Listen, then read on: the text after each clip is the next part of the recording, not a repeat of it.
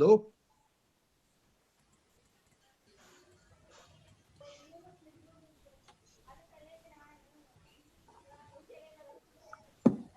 Hello, everybody. Yes, Ravi, you are audible. Yeah. Hello, we all welcome you very much to this episode of our webinar focusing on the education of children with disabilities. We are backed by a very renowned panel who will also talk about the issues facing the children with disabilities. But before that, I would just like to give you a brief orientation about what Fourth Way Foundation, what is our journey with regard to the inclusive education and the various facets of it.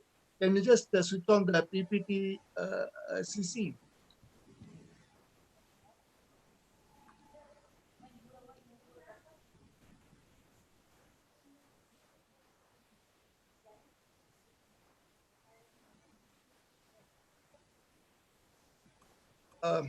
Well, we had started our journey sometime around, yes, please. So, a school for me too. This is what was our basic. Well, we had started our journey sometime around, yes, please. Yes, please. So our Nanagu Shaale, a school for me too. This is what was our basic. Well, we had started our journey sometime around. Yes, please. Yes, please. So our Nanagu Shaale, a school for me too. This is what was our basic. Well, we had started our journey sometime around. Yes, please. Yes, please. So our Nanagu Shaale, a school for me too. This is what was our basic. Well, we had started our journey sometime around. Yes, please. Yes, please. So our Nanagu Shaale, a school for me too. This is what was our basic. Well, we had started our journey sometime around.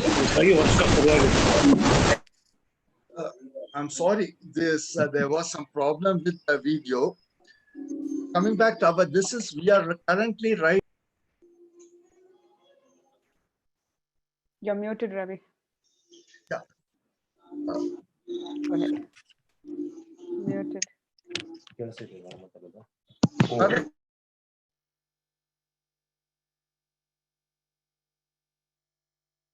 But Ravi, you're muted.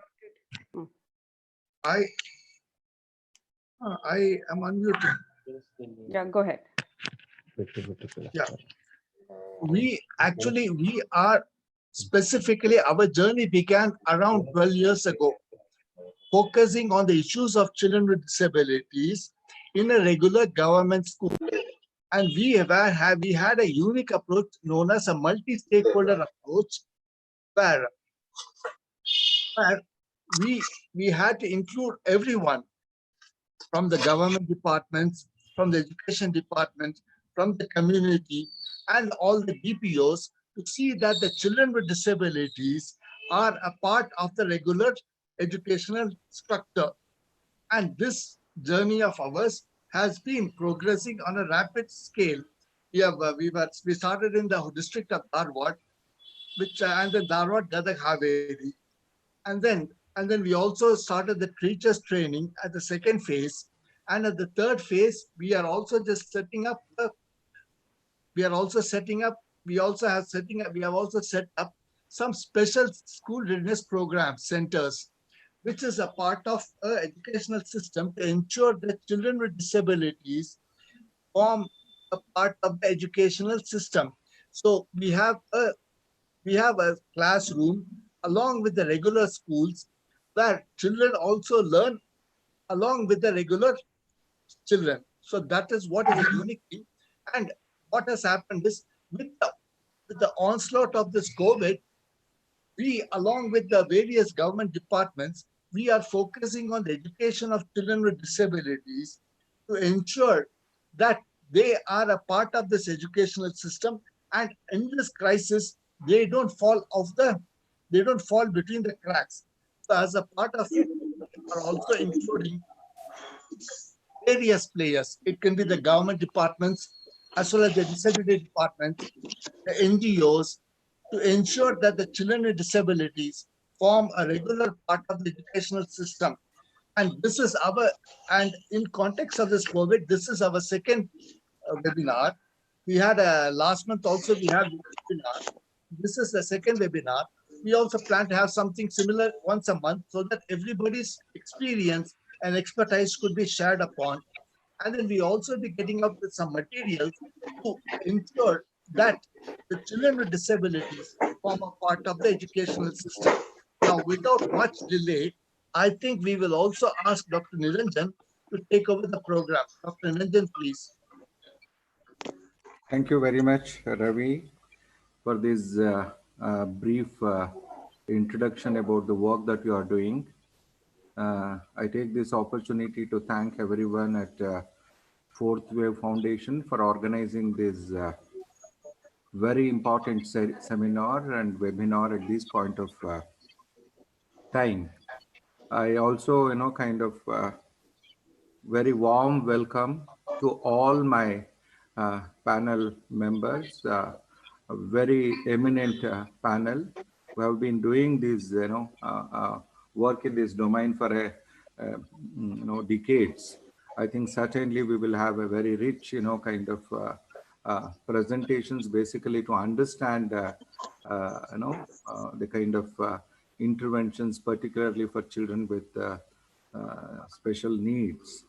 I think all of us need to work together on this issue because certainly all of us know that these unprecedented crisis has disrupted everything in human life.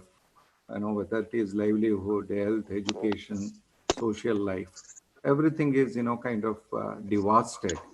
So therefore, I think probably we need a special, kind of planning, special kind of interventions, particularly when we talk about children with special needs, because in terms of vulnerability, in terms of, their, kind of given the disadvantaged position, I think we need altogether a different approach.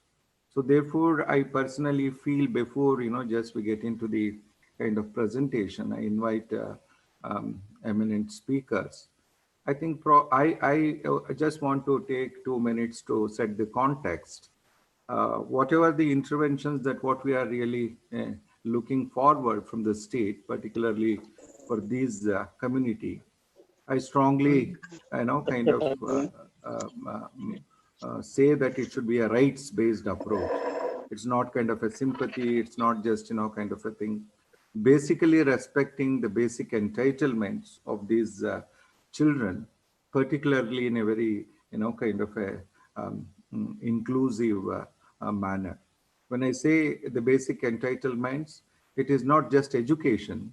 It is also, since this is an unprecedented crisis, we need to give equal emphasis on nutrition, care, empathy, protection, and of course, quality education. So therefore, I think probably we need to be very, very, kind of conscious about the needs of these children at this particular time. Let us not just look at only at the education, equally nutrition, care, and protection is also equally important.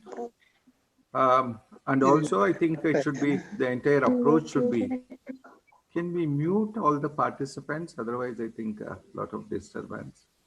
And also, it should be holistic and inclusive, which we are being, which have been time and again, kind of focusing this and also emphasizing this point. And fourthly, I think it should be a collaborative and collective exercise. The reason why it should be collaborative, because various line departments are working on these issues. Disability Commission, Department of Women and Child Education. So therefore, I think it should be a collaborative and collective exercise. So therefore, I think all players should come together to understand. Just to give the kind of magnitude of this problem, I just want to share only one slide. If you just enable me to share the screen for one slide, just to understand the magnitude of this problem in Karnataka.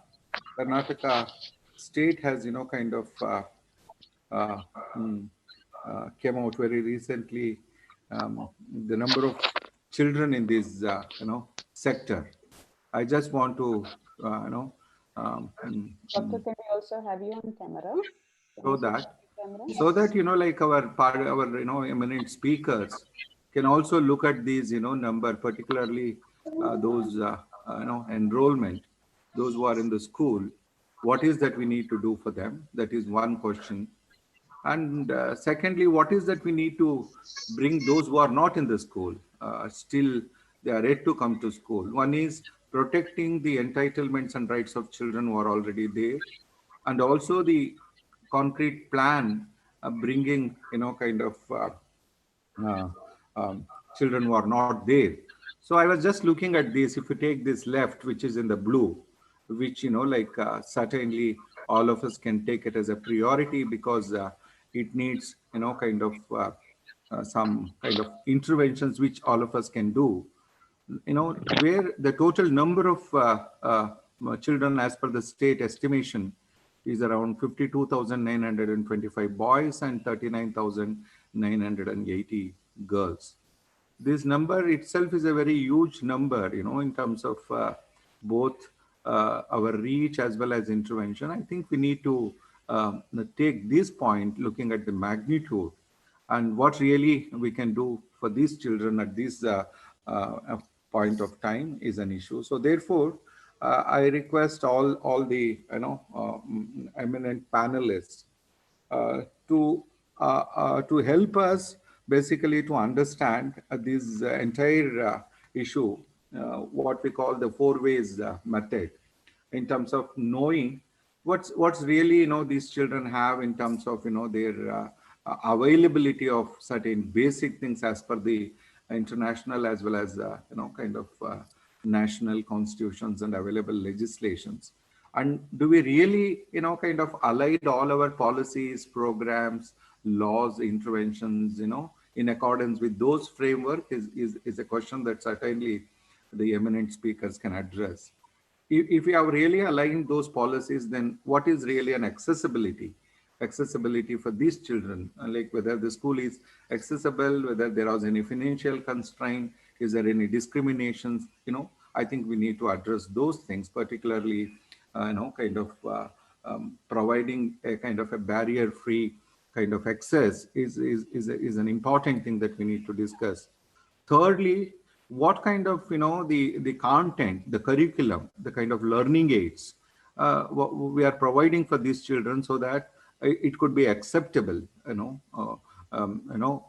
accessibility, availability. More than that, acceptability is very important in terms of both medium of instructions, the necessary aids and all these things. And lastly, of course, adaptability, which brings in whether it is really inclusive when we talk about children with special needs, or children with disability. So therefore, I just stop here to request our eminent panelists. In fact, we have 5 important panel members, and Dr. Leelavati, who is heading the disability, department.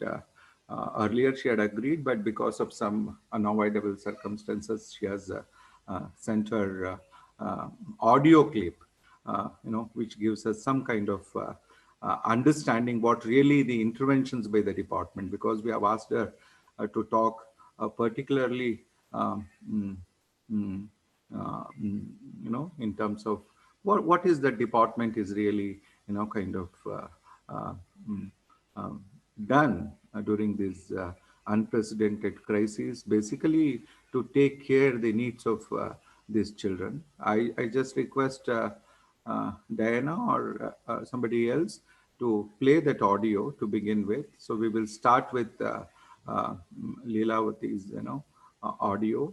Then we will pass on to other eminent speakers. Uh, Over to a room for these audio clipping.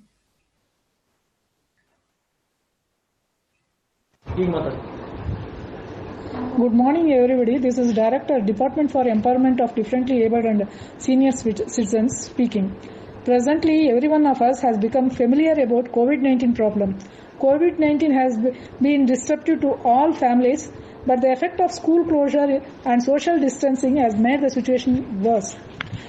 As the schools are closed, children are facing problems related to education and school participation. Our department is running nearly 177 schools, which include 1982 grant schools and child-centric schools all over Karnataka, both for girls as well as boys. And these children are really facing lot of challenges because they are missing their academic education as well as school participation. Anyhow, online learning, it is not, we don't have any adequate accommodation for online education for these special children, because these special children need personal attention of teachers, which make them comfortable in psychological and academic scenario. As far as socio-economic challenges are concerned, department's all schemes related to school children will continue as usual. It may be their scholarships or it may be the needs related to their education. Further, when Education Department takes steps regarding opening of schools, we will also take necessary steps on the same line as the other schemes which are introduced by the government for upliftment of disabled socio-economically. Those schemes, it may be Aadhaar and other schemes which are related for economical activities, will continue as usual. And if there is any suggestion in today's meeting, you can send it to me, and definitely I'll try my level best to forward it to the government and also convince the government regarding the needs of the disabled. Thank you. I really thank Dr. Leelavati for sending this audio clip. And also, I just want to flag people who are taking down the notes of these meetings. I think probably we have to take note of the last point raised by Dr. Leelavati. I think we need to send the proceedings and the concrete recommendations, arising out of this webinar today. I think that is very, very important at this point of time. Whatever couple of things she mentioned in her audio clipping, I personally feel, still we are talking about the special school and the integration part, and inclusiveness is really missing. And what is really missing is that how both line departments like education and disability is working together. So there is, some still we need more, kind of clarifications and more, inputs on that. However, kind of recognizing um, uh, in the midst of her busy schedule, she was able to send at least the video clipping. I thank her. Now we will move on to the other speakers who are present in the webinar. I request all of them, to take around 10 to 15 minutes to present their views. And as we know, the purpose of this webinar today, how best we can continue the learning, particularly for the children with special needs in the Karnataka settings, particularly focusing on those children who are there in the government school. But it doesn't mean that we are just, confining only to the government school. Wherever there is no access to those schools, certainly the private and private aided schools have a onus as well as a responsibility. So therefore, we will also raise those questions like what really the measures that they need to take. So with this, I request to begin with Dr. Anthony Sebastian. All of us know Dr. Anthony Sebastian is heading the Karnataka State Commission for Protection of Child Rights. I'm extremely happy to work with him. Have been working since like his inception, like almost from last 1.5 years, particularly to address the issues related to education of children with disability.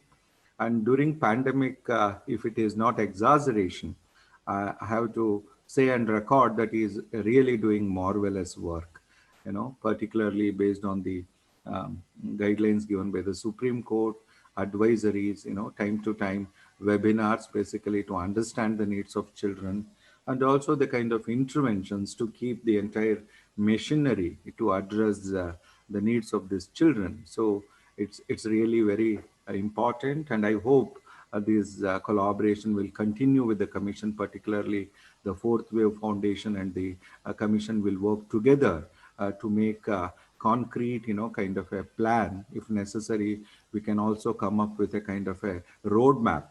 What is that we need to do for next whatever period, for 3 months, 6 months, till at least we have some kind of normalcy in the entire process. So now I request Dr. Anthony Sebastian.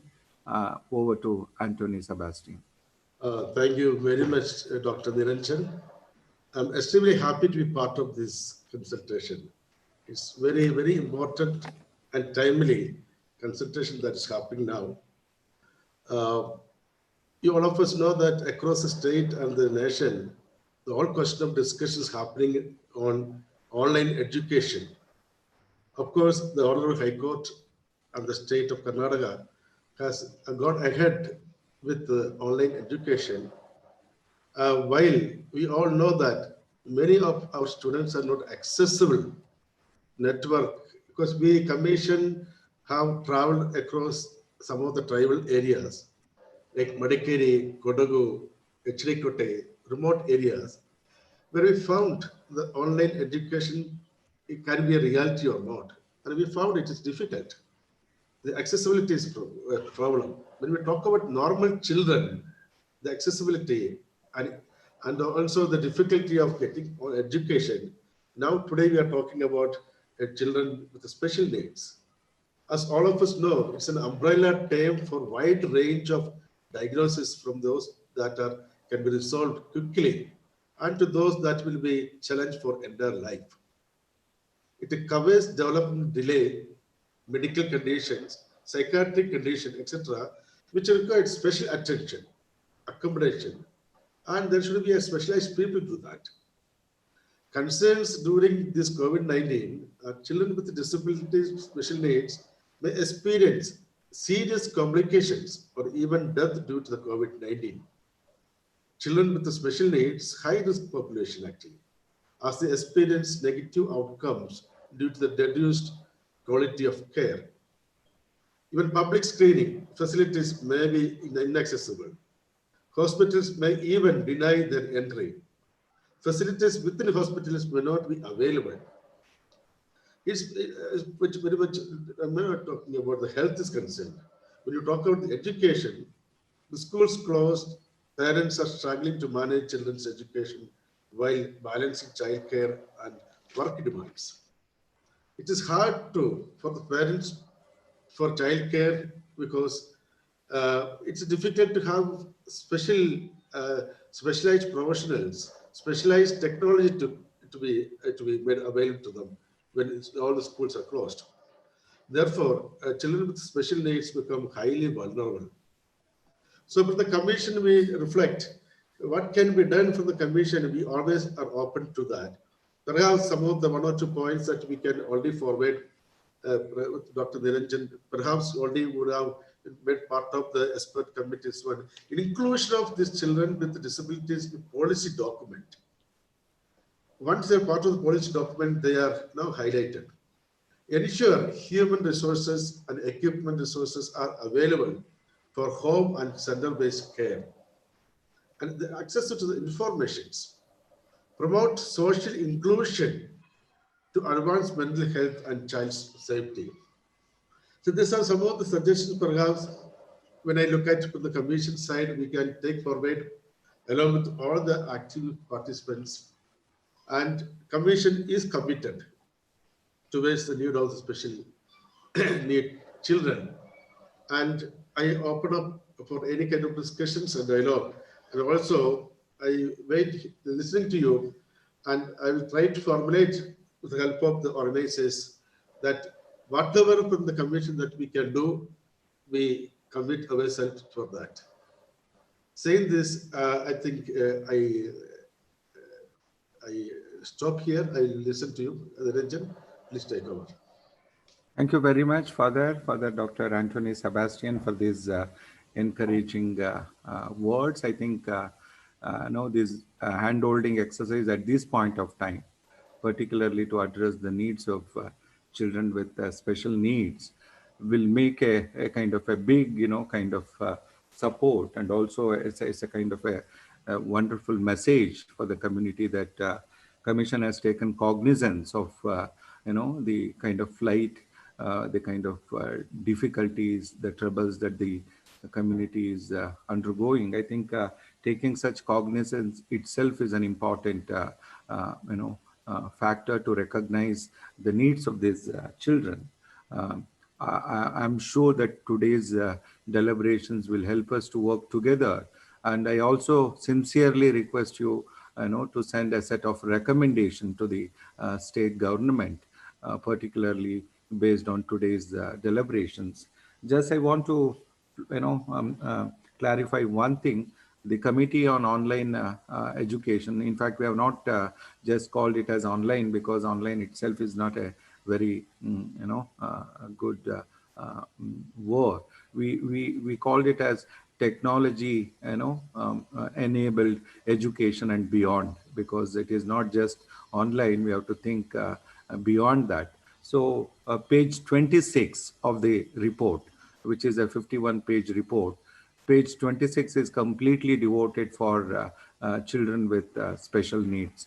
We have very clearly mentioned what that schools need to do in terms of addressing those children, whether it is kind of extra time, additional facilities, additional instructions, liaison between the parents and the teachers. I think those kind of hand-holding things are very, very important. Certainly, we respect your suggestion, and report has already taken care of it, and we need to elaborate on that. Because of the time factor, we were not able to elaborate the interventions. I think with your support, with your kind of whatever advice and guidance given, even your rich work in the area of child rights, particularly for the children with vulnerability, I'm confident that we can certainly take this issue to the state in a much more kind of way, so that the state can take certainly concrete measures. Thank you very much for making time, and also giving your valuable kind of suggestions. Now in the panel we have Mr. Rajanna.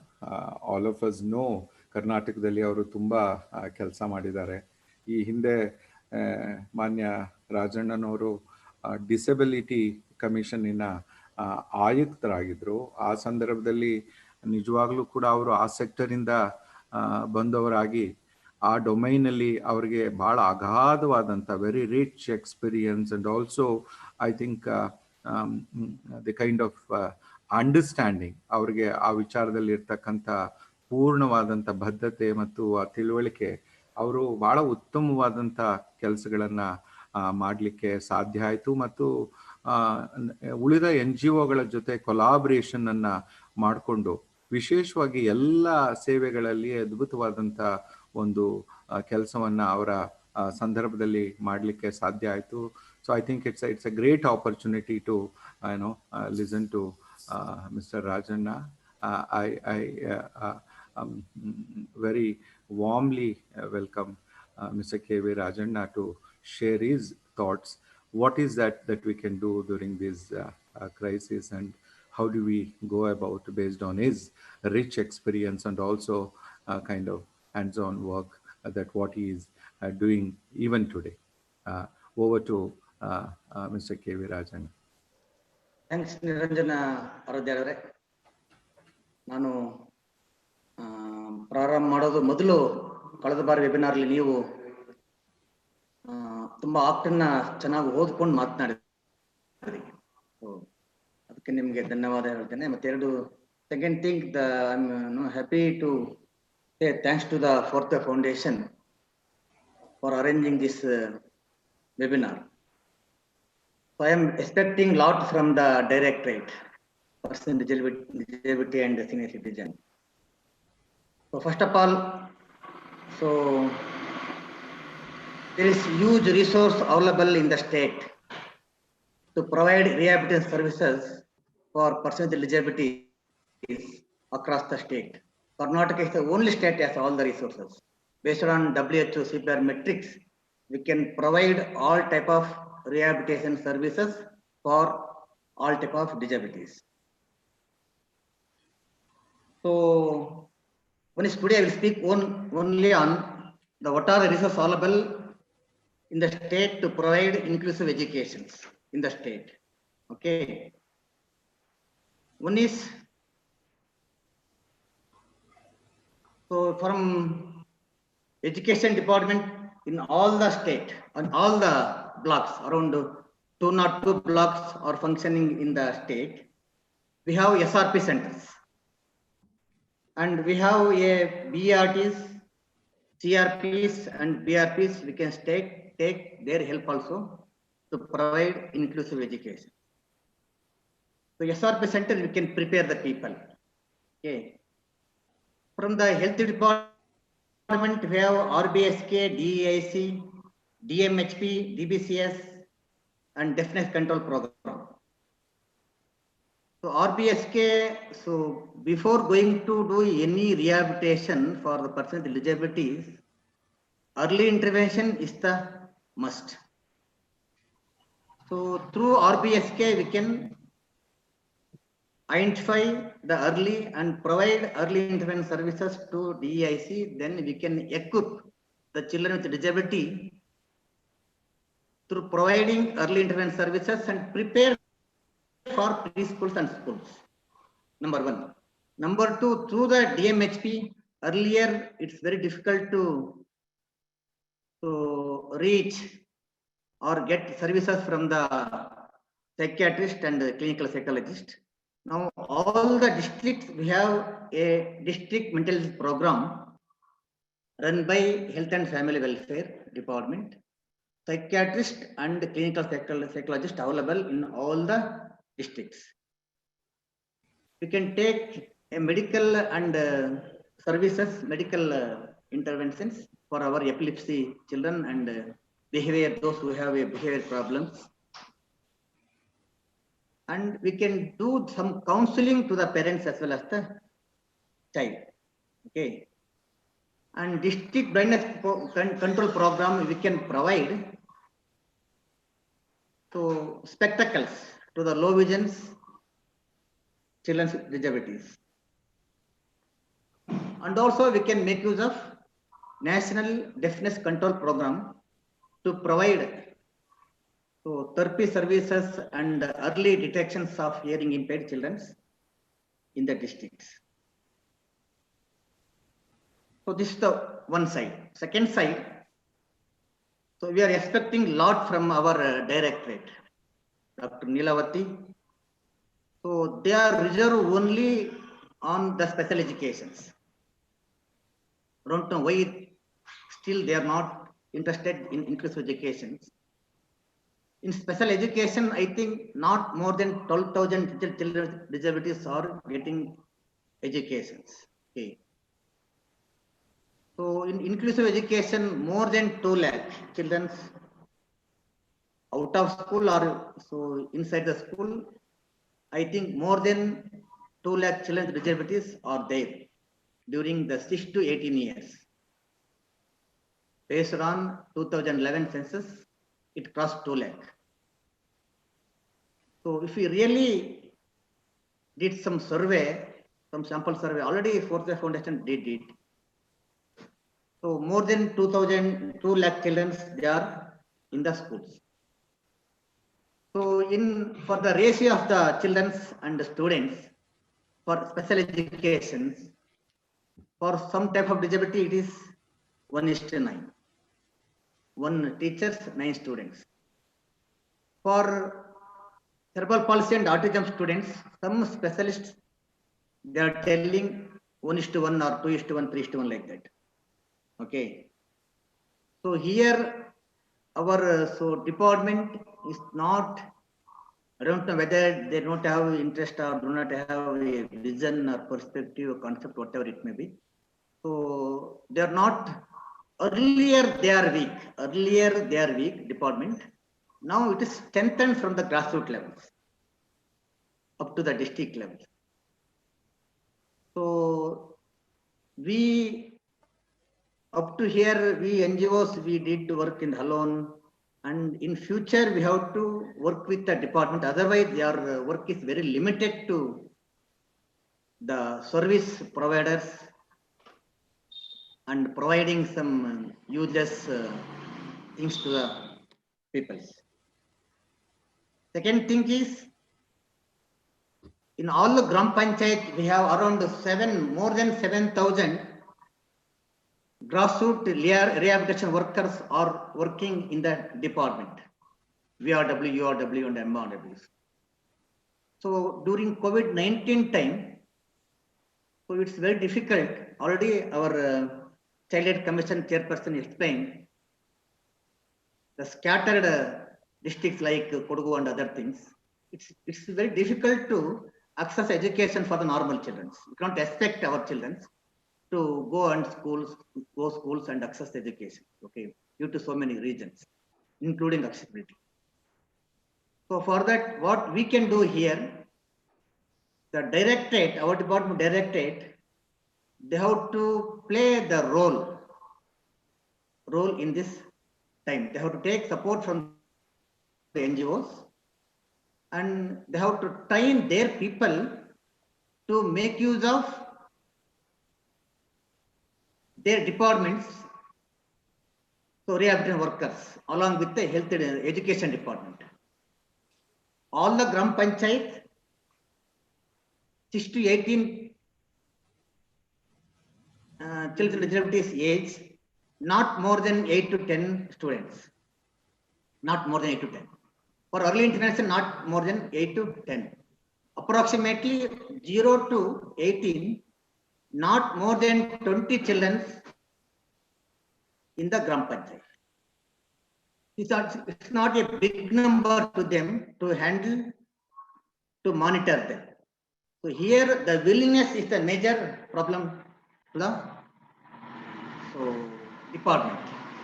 If they are not willing to provide, if they are thinking the inclusive education is not our responsibility, then we have to work out a separate strategy to make them accountable. They cannot escape from this role. They have to play the major role, and they are putting fencing. It's not good. Okay. The children with disabilities rights violation, they are thinking, so they are taking it easy. So because we are not raising our voice, so otherwise we have to play our role, and we have to take this issue as a legal issue and violation of human rights issues. So we have given enough time to them if they are not equipped. So this is the only state, more than 7,000 people are working in the grassroots level. They are not trying to make use of that people. Okay, now the happy things I want to say here, their honorarium is double. Yes, we are happy that they are eligible to get it. They are getting. Instead of that, they are getting the pensions also. In Gram Panchayat, nearly they are getting 7,000 something. It's not a small amount. If the department is not necessary to take any further schemes to the department, whatever the existing schemes are there, they have to implement. More than 80% of the students, they are dropping out. They are not reaching secondary education. This is the study I have conducted in 2013. I have taken informations from all the DDPIs. I requested APD people to assist, they have analyzed the data and they have submitted the report. More than 75 to 80% our children are not reaching secondary education. This is the figure in white and black. Number one. Number two, so there's a lot of reason to drop out. Now in the Karnataka, they are in the front line. They are running from social welfare department, lot of residential schools. We can so enroll our children to the who those are do not have access to the transportations or scattered villages. We can enroll our children to the residential schools run by the social welfare department. There is a guideline. There is a reservation for our children. Lot of hostels are also run by the social welfare department. One thing, we have to do some convergence. We have to work with them. Second thing is, after 10th, lot of children are not joining for the PUCs, especially for the hearing impaired. Okay. Even the college, pre-university college principal, that they are telling, why you are coming here to enroll your children to our college? Why don't you admit for the special colleges? This is the questions rise from the layperson. Yes, we can accept, but from the principals of the junior college, they do not aware there is no special college for the after 10th. This is minimum information they do not have. Then where we are? This is the question mark. Number one. Number two, after passing SLC, majority, because lack of confidence and low estimation in our category, children, they are not ready to admit for the science and commerce. If they are not admit to the science and commerce, the whatever the reservation available for our children, so that is lapse. After the job, if they job call for the BSc, MSc or agriculture or veterinary, fishery or something, where are our people? If they call for the MCom and MSc and BCom, our children should not admitted to the special higher technical educations for these courses, both educations and job reservations. It is there in the paper, but we are not making use of that reservations. It's the second thing. And in the 10th, after Service Abhiyan of 20 years, lot of money poured to the inclusive educations. Still, education department people, they are not providing, they are not ready to, I don't know whether still they are not aware on this legal entitlements, whether they are not interested, they are not willing to provide. We have to find out the reason why it's not happening. Still, they are not getting scribe, people, those who need, they are not getting extra time, they are not ready to give. And they are in each and every, our students answer paper, they have to stick a green sticker. Majority of the DDPIs, they are not aware. So this is the things we have to highlight. And then, so huge resource available in the state. We have to make use of that. And so inclusive education is the majority of the children are enrolled there, but there's a lot of dropouts. We have to focus on that. So for this time, I will stop here, and we have to work to the departments and district administrations with a huge resource available in the state. All the districts we have DDRCs, more than 14 people available in the districts. That is the fund from the department. The department itself is not making use of their service. Okay, so I will stop this time. So I am so thanks to the Fourth Foundation and Nanagu Shaale peoples for arranging this meeting and inviting me as one of the faculty to speak here. So thanks, special for the Diana. Thank you very much for this critical perspective. I think this is very, very important. I know at least to mention two important points that what you have raised. One is there is no dearth of resources. It's more, kind of a commitment and really, kind of planning is an important thing which is missing. Number two, recognizing what the department is doing, you brought that critical perspective. It is not enough. It is not enough. They have to do much more than that. I think, which is more or less a kind of a consensus among all people who are working on these issues. Like what they are doing is not enough. Somebody was, sending a message in the, chat box, saying that even today the department has not issued a kind of a separate guidelines, in terms of what these children need to do during this, COVID crisis. So even those, kind of minimum things, I think that's an important factor to recognize. And I'm really, kind of thankful to you for bringing the number, whatever the slide that I have shown in the beginning. It's all about some 80 to 85, thousand. But according to, the number that which you have given, 2 lakhs, is not a small number. I think probably we need to have, kind of a very concerted effort and, concrete plan.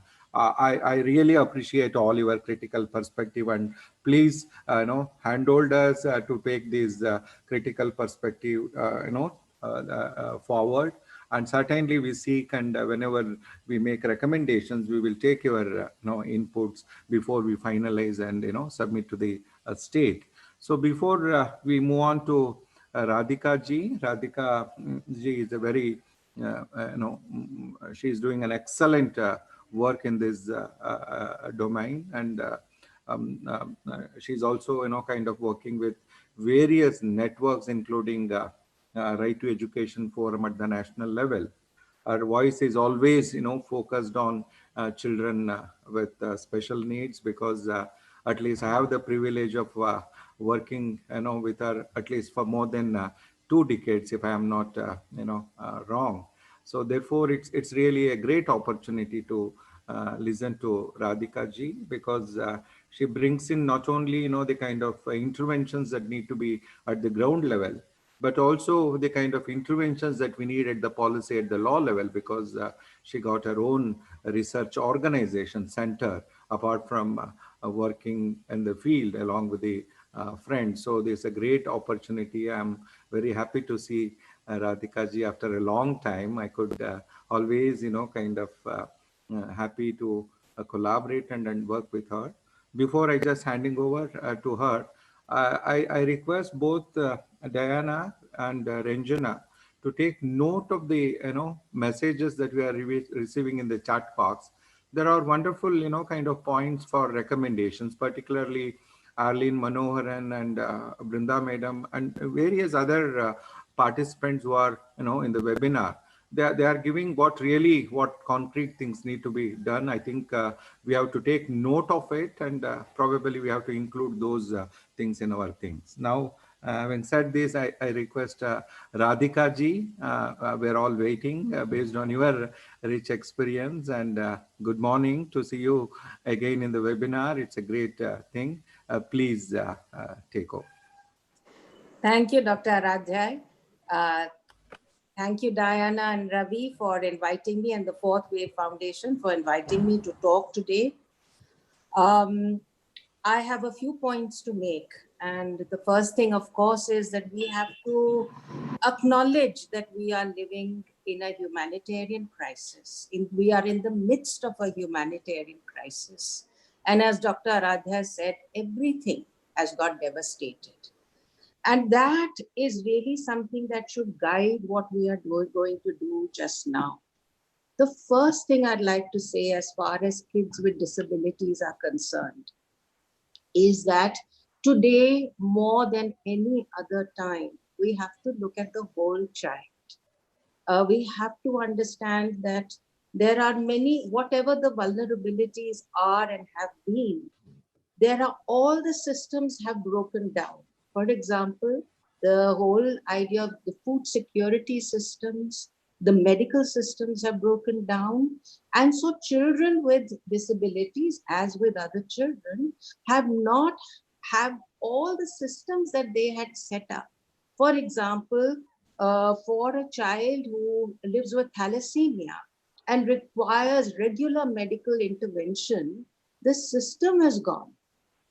As we all know, all of us NGOs and the whole country, we've been looking at the specter of food insecurity in our country. We've all been working in the last 2-3 months just to see that there is enough food for our families and kids with disabilities, and of course in a much larger thing. Keeping that in mind, we need to perhaps look at the whole child and not look sectionally just now. And to me, it seems that the education system, for at least the kids who are in education just now, is the one system that can do this coordination. And therefore, I would ask that the education system as a whole takes this coordination on. Mental health perspectives are extremely important, not only for the child, but for the families. And we cannot expect really a child to join education if the family is in disarray, if there is no food, there is no access to medical care, there is no access to rehabilitation. So there has to be a holistic looking. I'd like to think that we need to now, as a nation, as states, plan for the immediate, I would say till the year end. We need to look at the next year, and then we need to look beyond in the long term, because there are many lessons that are coming upon us at this time. It is also useful when we talk about children with disabilities or any other child to look age-wise. I think there are different kinds of intervention that we would do for a 3 to 6 or 8-year-old child. Remember, the Samagra Shiksha Abhiyan also talks of early childhood, and we cannot leave out that child in the education system either. Our new draft policy also did talk about this on education, let me say. So 3 to 8, then elementary education and secondary education, the needs will be different. And we need to look at those needs separately in our planning when we are going to plan. The first and most important thing in my mind just now is access to education for the child with disabilities. When I say access to education, just now I'm not talking about physical access to education. I am talking about access to whatever services that are being provided, whether it is education through technology, whether it is working in small groups in different places, wherever it is possible. We have to ensure that there is equal access to education. Why do I stress equal access to education? Because, as you have heard even from the earlier speakers, there is a feeling that this child requires a lot of specialized work. Yes, they do, but that should not. Remember, they are also a child, so that feeling should not help make us ignore access for this child. This child has as much a right to technological online education as any other child has. And we have to ensure this for every child in our state or in any other, in our country for that matter. The great irony is, you remember that RTE Act has a clause which many of us fought at that point of time. It talks about home-based education. We said that children with severe and multiple disabilities should not be in home-based education. They should be part of the larger education and school systems in our country. Well, that did not happen, but today everybody is in home-based education. And today we are scrambling to get online education for all our children. So I want this point to be, to be thought about, that we were able to relegate a set of children to home-based education because we felt our systems cannot really, or we felt they were not educable. But today we are all in that situation. And therefore, even that child who today is in home-based, and I know in Karnataka, there are many children who are in home-based education, needs to have that access to education. So, and when I say access, it means that it should not mean that, if there are 30 children to a teacher, then this child should be part of that 30 children. Otherwise, you're going to find that these children get extremely isolated if only resource teachers are in touch with them. So we have to ensure not only that academic work is being done, but wherever there are groups, the child is part of that group. So that's the other thing. How do we do that? I think we have many strong institutions on the ground. And Mr. Rajanna just spoke of all the institutions Karnataka particularly has on the ground. The VRWs, you have Dr. Aradhya is here. I am always envious of the strong SMC federations that he talks about, the SMCs that are able to actually make a difference in the education system, which we don't see in many other states. This is the time, the DPOs in Karnataka, I know that there's large CBR work in Karnataka, there's strong DPOs that are there. So these are whoever the strong people are, our Anganwadis, we need to look and then maybe think very locally, plan for local small areas, have a larger plan, but plan for local small areas where we know that there are strong institutions. Maybe in an area there's a DPO that can see that the child is getting access to education. Maybe in another area there is the VRW who can do it. So that kind of very detailed planning is required for all children as much of this for this child also. I understand, as we have heard from our speakers earlier, and this is a narrative we hear countrywide, that we do not have the facilities actually always to reach out and to educate this child. Well, this is a time, unprecedented time, is a very important time for civil society really to come together. I know in Karnataka, you have some of the largest and the biggest and the strongest organizations in the disability arena. A task force, I would really suggest a state task force and a national task force. Even if the government does not do it, we can do it. These are very important because at this point, we cannot accept a narrative that says we don't know what to do. There is enough knowledge in this country, in your state, to know what to do. But it requires now that active working together to be able to see that each child gets the support that they are. There is a difficulty. It is true that for online education, kids with disabilities, some of them do require specific accommodation. That is part of our law. The RPWD Act talks about reasonable accommodation, talks about individualized support measures.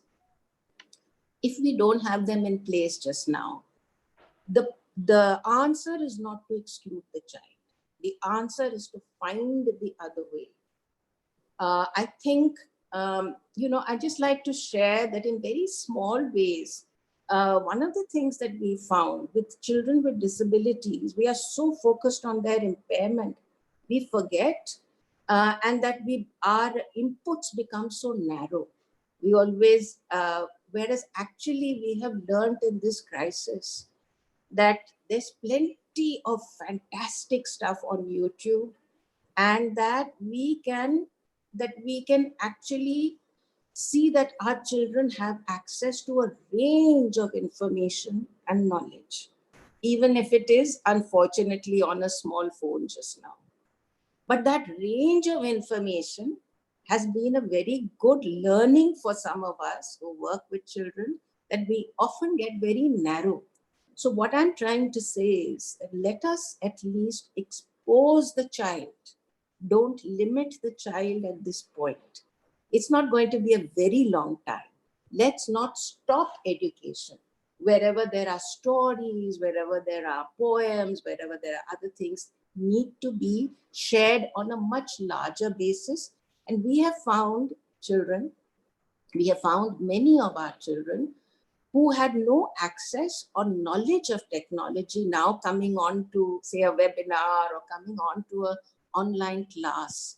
So I think, finally, in the long run, everybody needs to know about technology. It should not become our education thing, but we need to know about it. And for kids with disabilities and all, these are some of the last things that happen. So it's a good idea if we see that they have access and that they learn what to do with technology, because there are many features that can also enable the child. And these features are all very often, known. We've also tried, and I'm sure it's not that we can't absolutely move around now, that projects, arts and crafts, giving things, packets to children so that they can do it at home. These are some of the things that at least we have tried here, and I'm sure you are doing it there also. But what we managed to do, what I think the great learning for us has been, that we can expose our children to a much wider range of information, to arts, crafts, to doing things with their hands, to projects. We forget. You see, our education system has become so one-sided. It feels like if the teacher is, if you're not giving something, the child is not learning, but that's not true. This is the time to look at local knowledge, to look at, what parents can give, even though they are under huge amount of stress. And we have to acknowledge that at this point of time. I think the point was made also that children who are out of school, actually, the larger amount of children with disabilities are out of our school systems. They're not in the school systems. So how do we reach out to them? They are also part of the education system. The SMCs have a responsibility to know who is the child who's out of school and to see that they come into school. So it's time to look at reaching out to that child. We did a very interesting work with the Delhi Commission for Child Rights just now. When the whole, pandemic broke out and everything was in disarray, everything shut down, distress started pouring in from our families. Main distress was that of food distress initially. I'm sure you faced the same thing in Karnataka. And we felt we needed to reach out beyond our work areas. So we linked up with the Delhi Commission for the Protection of Child Rights. And we said to them, please tell your Anganwadis, please tell them to identify children with disabilities for us, and we will call them and reach out with food support to them. Which is what they did. They gave us a letter, and believe you me, the number of children that we have identified in this terrible time, pandemic time, young children with disabilities, who are there, but not receiving any support.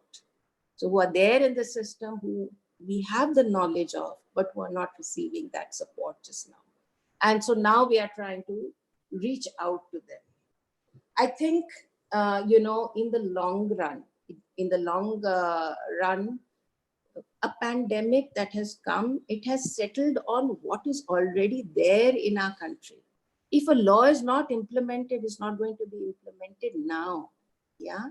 What I'm trying to say is, we have to, in a way, look at our laws and the rights of children with disabilities again. Remember that we have actually, the RPWD Act talks about 21 categories. So the numbers of children who were there in our 2011 census, we have many, many more now that we need to work with. And as systems and as a country, we have not even started looking at it. So we've not started even looking many of the things that are there in the RPWD Act, for example, reasonable accommodation, individualized support, a much wider understanding of communication, that children don't only communicate by talking, but there's sign, there's simple language. There's so many different ways in which children do communicate, and education systems have to adapt themselves to those different forms of communication. All these things are in the law. For the first time, we have a definition of inclusive education. So the pandemic has struck us when we have the implementation of these things has not really started. And therefore, it is time for us. This may not be our last pandemic. And I think we have to really look and see very, very carefully that in the next 2-3 years, we have to work very hard for the systems to become inclusive, so that in the next time that we face this kind of a situation, no child is left out. I think we all look to Karnataka to show us the way. In disability arena, it is almost like we've always looked up to the wonderful organizations that are there. You were the first state, perhaps one of the first states to have got, or at least tried to get, an inclusive education policy. I don't think it ever came about, but I know a lot of work happened. So it's time to look back and also see what are the things that had started, and what are the systems that worked well, and to strengthen those systems, and to see that all children with disabilities get the same right as any other child. Thank you.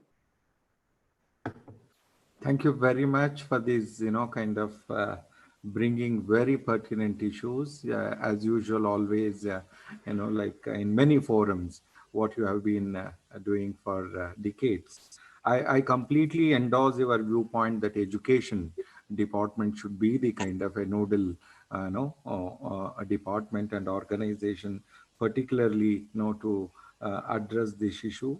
And also the issue of, kind of addressing not, kind of one size fits all. It's basically age appropriate, grade appropriate, and different levels of a learning process, right from pre-primary to higher secondary, because even sustainable development goals is very categorically says education till higher secondary education.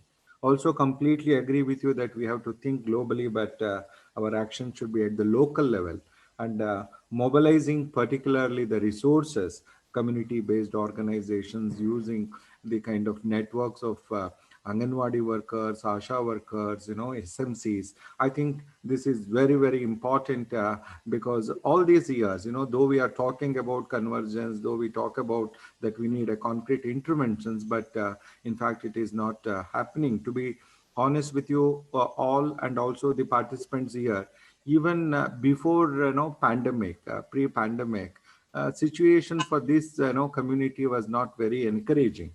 In fact, after enactment of the Right to Education Act, there was a second struggle to include the children with disability under Section 3. There was another struggle. So it was not in the original act. It was later included in 2012. So it shows that, like how, responsive we were, enacting the legislations or making a policy, I think. And I completely agree with you that we have to use, the opportunities of education technology that is enabling this technology, how best we can use it, because this is not just to replace the physical space and the learning space that is available, but this is basically to supplement. I completely agree with you. So probably certainly this is the period that all of us are passing through. So therefore using technology for the benefit of these children is very, very important. And I'm sure thank you for kind of again reposing the faith in Karnataka initiatives. Surely I think we will take all your inputs and see how best we can have a kind of a plan, and also the kind of suggestions that what you have suggested, constituting a task force, if not government, at least a civil society task force to take this forward. So thank you very much for all your inputs, Radhika ji, and it's a great opportunity for me to listen to you after a long time. So thank you, take care.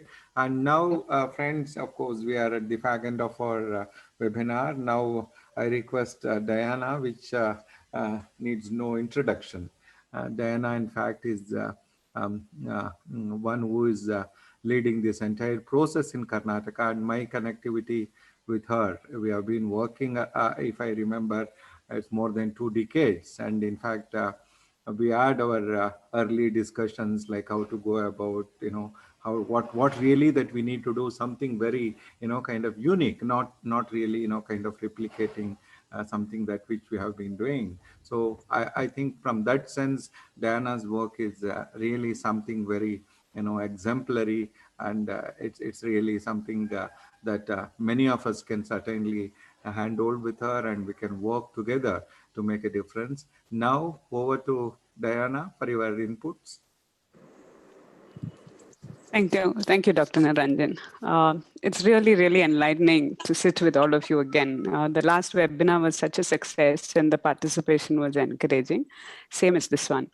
Before I take the 5 to 10 minutes, the next 10 minutes, I also want to just set a overarching view on the discussion that we've had and the particular relevance of the programs that we've been doing. So one is dedicated to the whole inclusion perspective of PWDs or children with special needs in the regular government schooling system. Inclusion is still a far-fetched dream. That is the reality of the processes, the policies, the programs that are still in place. And making that reality, making inclusion a reality has been our journey in the sector. And to add to all that we've done in the 1.5 decades to influence policy level at Samagra Shiksha Abhiyan and the other departments, what I want to specially highlight today is the school readiness program, or with what Dr. Alkazi was talking about, the children who were termed as home-based children, or children who were children with multiple disabilities and didn't seem to fit in a regular schooling system. So the current program, Doctor, that we're running, and what I'm going to speak about today is also about the school readiness program centers. Dr. Rajana mentioned about 202 centers being sanctioned by the government. And technically, the ones that are fully functional today are just the ones that Nanagu Shaale is running. And when we say fully functional, we're talking about optimal attendance, teacher participation, and mainstreaming at the end of a term of 3 years. And we've been able to achieve it to the 70-75% of mainstreaming children whom we thought were homeschooling children could never be in a mainstream system. So that program is sort of being now studied at various levels. And I think the SSA will sort of, roll it out at scale. We're hoping it can happen. But to support that is the need for this entire support system. We were talking about 7,000 odd VRW, MRW workers, 1,200 IERT teachers. There is a good support system of people who are mandated with the care of CWSN children, and they need to be equipped. Mandating is okay, but what our next process as Karnataka should be to equip these people. They're ready to work. They know they are oriented for the purpose, but the problem is they don't have the set of tools and skills to go about making this dream of inclusion a reality. So that's that overarching thing that I wanted to present. And Dr. Naranjan, the numbers that Dr. Rajana was saying, I was personally involved. Fourth Way Foundation was also commissioned around 4 districts to get those numbers. And in 2011-13, we clocked it at 2.3 lakhs between 3 years and 18 years of age. Then being 6 or 7 disabilities on the mandate.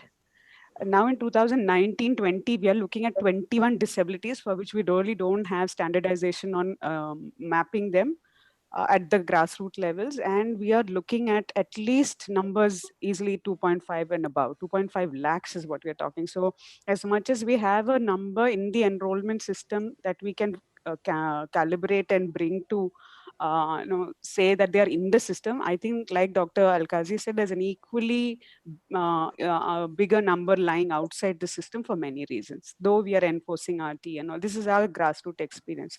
So having these two in the background, I want to also focus on why this webinar and why we are actually wanting to do this with all the stakeholder groups in Karnataka. We know that we are one of the most proactive bunch of people when it comes to working in this area of disability, and there is great learning from the state. Simply that our SRP model is being studied by, or being requested to be looked at by Goa, Maharashtra, Orissa is itself explaining where we stand at this point in terms of at least piloting this as an SRP. What we are looking at currently is this complications as it is, as we have CWSN in our system who are not included and are falling through the cracks, with the layer of this COVID-19 complications. And as an organization that's working at the very grassroots level, we have come up with a standard operating procedure to be able to at least tackle this situation and ensure that these kids are in the care and learning program. And we've sort of, like I mentioned on the last webinar, we've qualified a 4-bucket strategy. We've put them into 4 buckets. One is connectivity to the child. And now the teacher or the caretaker or the school or even the systemic process to connect to the child is absent. We need to come with some kind of a solution to able to be connected to that child. We've already had, at least in our catchment area, 3 deaths, loss of life of children, and primarily because of malnutrition and lack of care just in these last 3 months. And that is concern enough for us to bring this to the mainstream. And so we're talking about connectivity with the child, and the connectivity with the child in terms of at least online platforms like a WhatsApp or a phone number. So we've come to realize that at least 40 to 50% of people or the children are connected by an online process. Either a call or a phone number is available for them. The other 3 buckets are about the care bucket, the child care bucket, which then goes into physiotherapy, medication, consultation and things like that. Then it is the school-centric bucket. The school-centric is the education, the learning, the process around getting the child into a normal schooling system. And the last is the school, childcare, and the child-centric bucket, the needs of the child basically within the home. And how we've classified that is to also break it down into 5 categories. One is hygiene and nutrition. This is priority for our children. We can talk about any number of things about learning and online classes and the connectivity and all that, but our children are going hungry.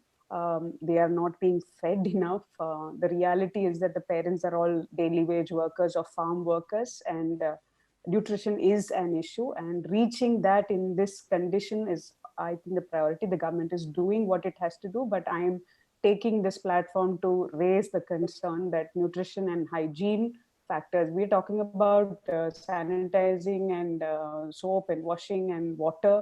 We are talking about real homes that really don't have basic things like water for hygiene.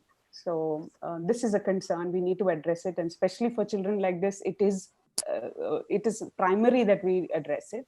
The other is the social interaction part, which we emphasize at Nanagu, Shaale, our program. Is why we advocate children coming into schools is because we believe that school participation is important for social interaction or making them part of our mainstream lifestyles. So that is going to get completely cut off right now in terms of social interaction, and they're going to be in their homes and bound technically probably in front of a TV system, or if they have that, or if just to a chair or a bed where they are comfortable.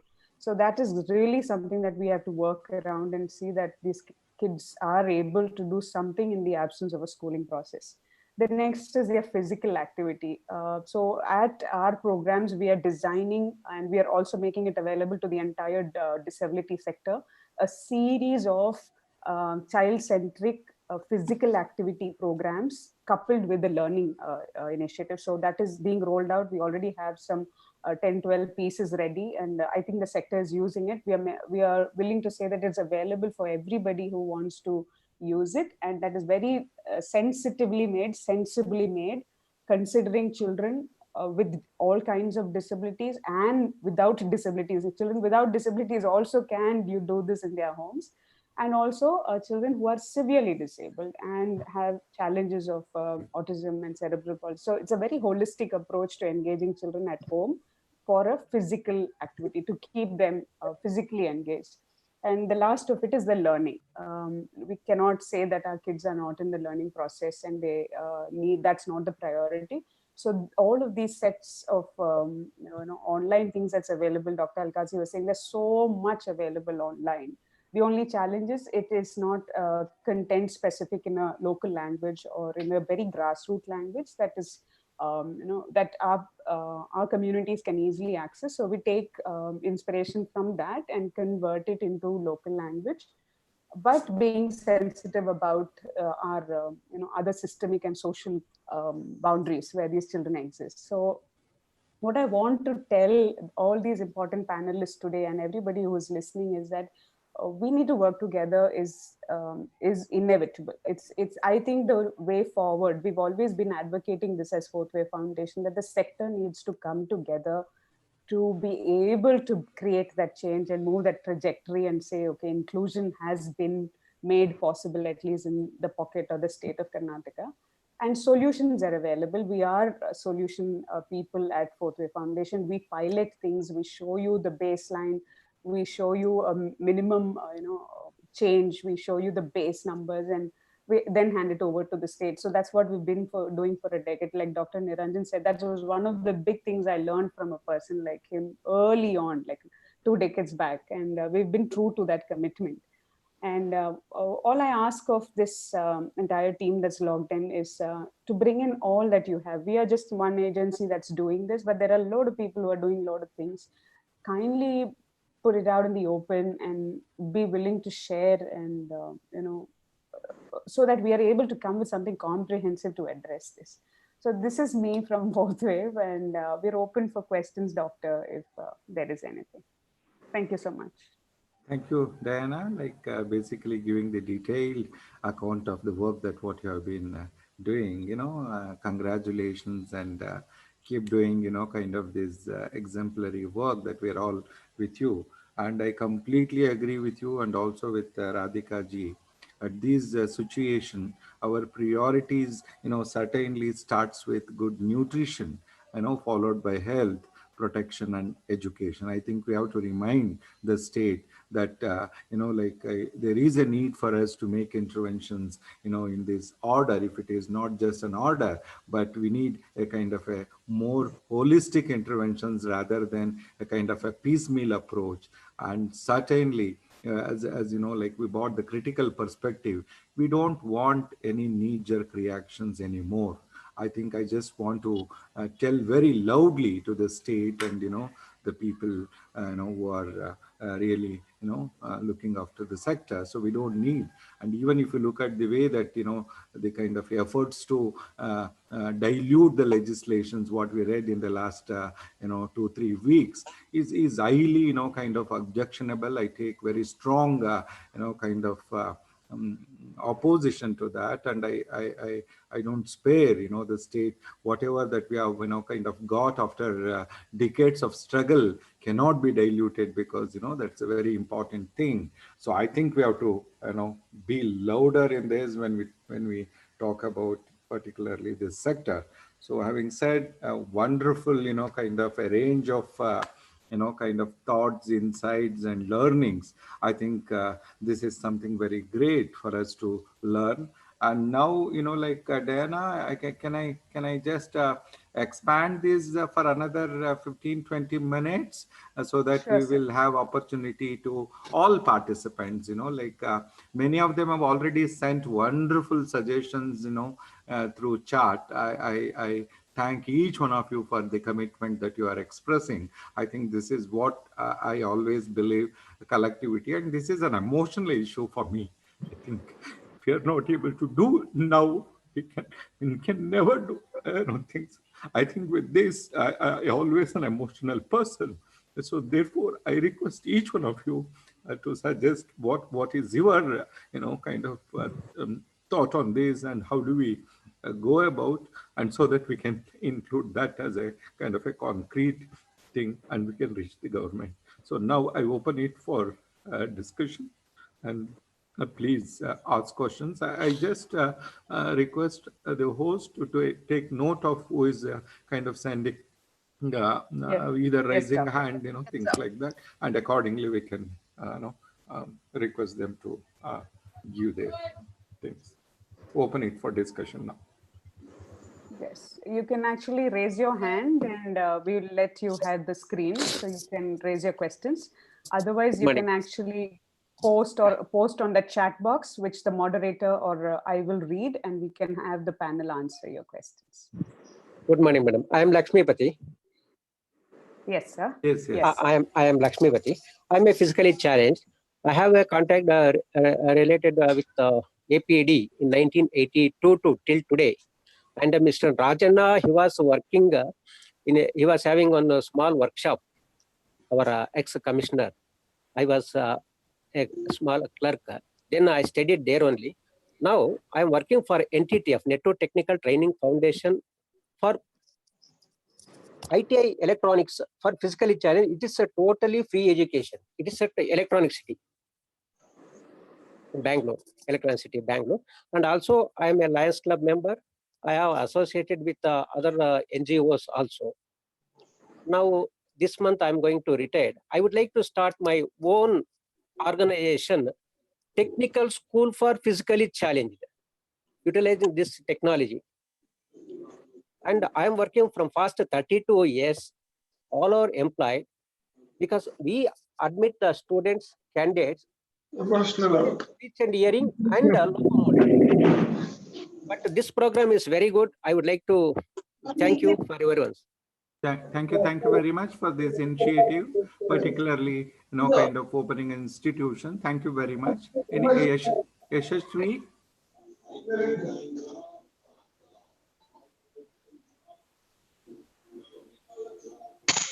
Diana, who else? Padma has raised a hand. Yeah, If Padma, please. is still here. Wait. Padma, still you are in the loop? The webinar? Yes, Padma has raised Please. hand. Padma, unmute yourself, please. Padma, unmute Madi. Can the moderator unmute Padma as well? Yashasvi, if in the meantime you want to speak. Padma is Padma Hele. Padma Hele, yes. No, it was a mistake. I was not able to, I was not going to comment anything. I think it by mistake it got. Okay. Yashasvi wants to speak.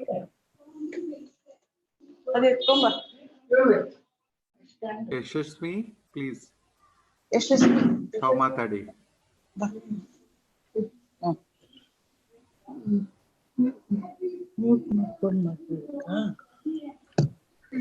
ಯಶಸ್ವಿ ಮಾತನಾಡ್ತಾ ಇದ್ದೀರಾ? ಮಾತಾಡಿ. Sir, ಅದೇ ಈಗ education ಮಾಡೋದಕ್ಕೆ special ಸ್ಕೂಲ್ಸ್ಗೆ ಏನಾರ ಇದೆಯಾ provision ಅಂತ?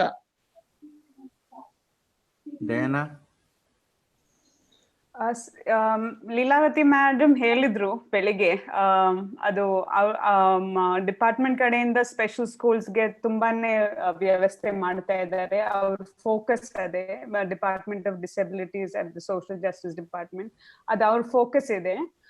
While ನಮ್ ಕಡೆಯಿಂದ, ನನಗೂ ಶಾಲೆ ಕಡೆಯಿಂದ, ಇಲ್ಲಾಂದ್ರೆ ಸರ್ವ ಶಿಕ್ಷಾ ಅಭಿಯಾನ್ ಕಡೆಯಿಂದ ತುಂಬಾನೇ ಇನ್ಕ್ಲೂಸಿವ್ ಎಜುಕೇಶನ್ ಮೇಘಲೆಯಲ್ಲಿ ವಿ ಆರ್ ಫೋಕಸಿಂಗ್. ಅದು ಇನ್ಕ್ಲೂಸಿವ್ ಎಜುಕೇಶನ್ ಅಂದ್ರೆ ಎಲ್ಲಾ ಮಕ್ಕಳು ನಾರ್ಮಲ್ ಶಾಲೆ ಇಲ್ಲಾಂದ್ರೆ ಗವರ್ಮೆಂಟ್ ಶಾಲೆ ಅವ್ರ ಪಕ್ಕದಲ್ಲಿರೋ ಶಾಲೆಯಲ್ಲಿ ಎಜುಕೇಶನ್ ಪಡೆಯೋದಕ್ಕೆ. ಸ್ಪೆಷಲ್ ಸ್ಕೂಲ್ ಅಂದ್ರೆ for the numbers we are talking, ಎಷ್ಟು ಸ್ಪೆಷಲ್ ಸ್ಕೂಲ್ ತೆಗೆದ್ರೇನು ನಮ್ಗೆ ಸೊಲ್ಯೂಷನ್ ಬರಲ್ಲ. ಅದರಲ್ಲಿ ಮಕ್ಕಳು participation will be limited. So ನಮ್ ಫಸ್ಟ್ ಅಡ್ವೈಸ್ ಏನಂದ್ರೆ ರೆಗ್ಯುಲರ್ ಇನ್ಕ್ಲೂಸಿವ್ ಎನ್ವೈರನ್ಮೆಂಟ್ ಅಂದ್ರೆ ಲೋಕಲ್ ಗವರ್ಮೆಂಟ್ ಸ್ಕೂಲ್ ಅಲ್ಲಿ ಭರ್ತಿ ಮಾಡೋದು. ಆಮೇಲೆ ಫಾರ್ ಸ್ಪೆಷಲ್ ಎಜುಕೇಶನ್ ಅವ್ರಿಗೆ ಅಫೋರ್ಡ್ ಮಾಡೋರು ಜಾಸ್ತಿ ಇಲ್ಲ, ಅಫೋರ್ಡ್ ಮಾಡಕ್ ಆಗಲ್ಲ ನಮ್ಮ ಮಕ್ಕಳಿಗೆ ಸ್ಪೆಷಲ್ ಸ್ಕೂಲ್ಗಳು. ಬಟ್ ಅಂಡರ್ ದ ಡಿಪಾರ್ಟ್ಮೆಂಟ್ ಒಂದಷ್ಟು ಸ್ಕೂಲ್ಸ್ ನಡೆಸ್ತಾ ಇದ್ದಾರೆ. I think your reach should be to the department sir. And if you leave a message ನಾವ್ ಬೇಕಂದ್ರೆ ಕನೆಕ್ಟ್ ಮಾಡ್ಕೊಡ್ತೀವಿ ಲೀಲಾವತಿ ಮೇಡಮ್ ಆಫೀಸಿಗೆ. We will try and connect your query into the office. Thank you so much. Thank you.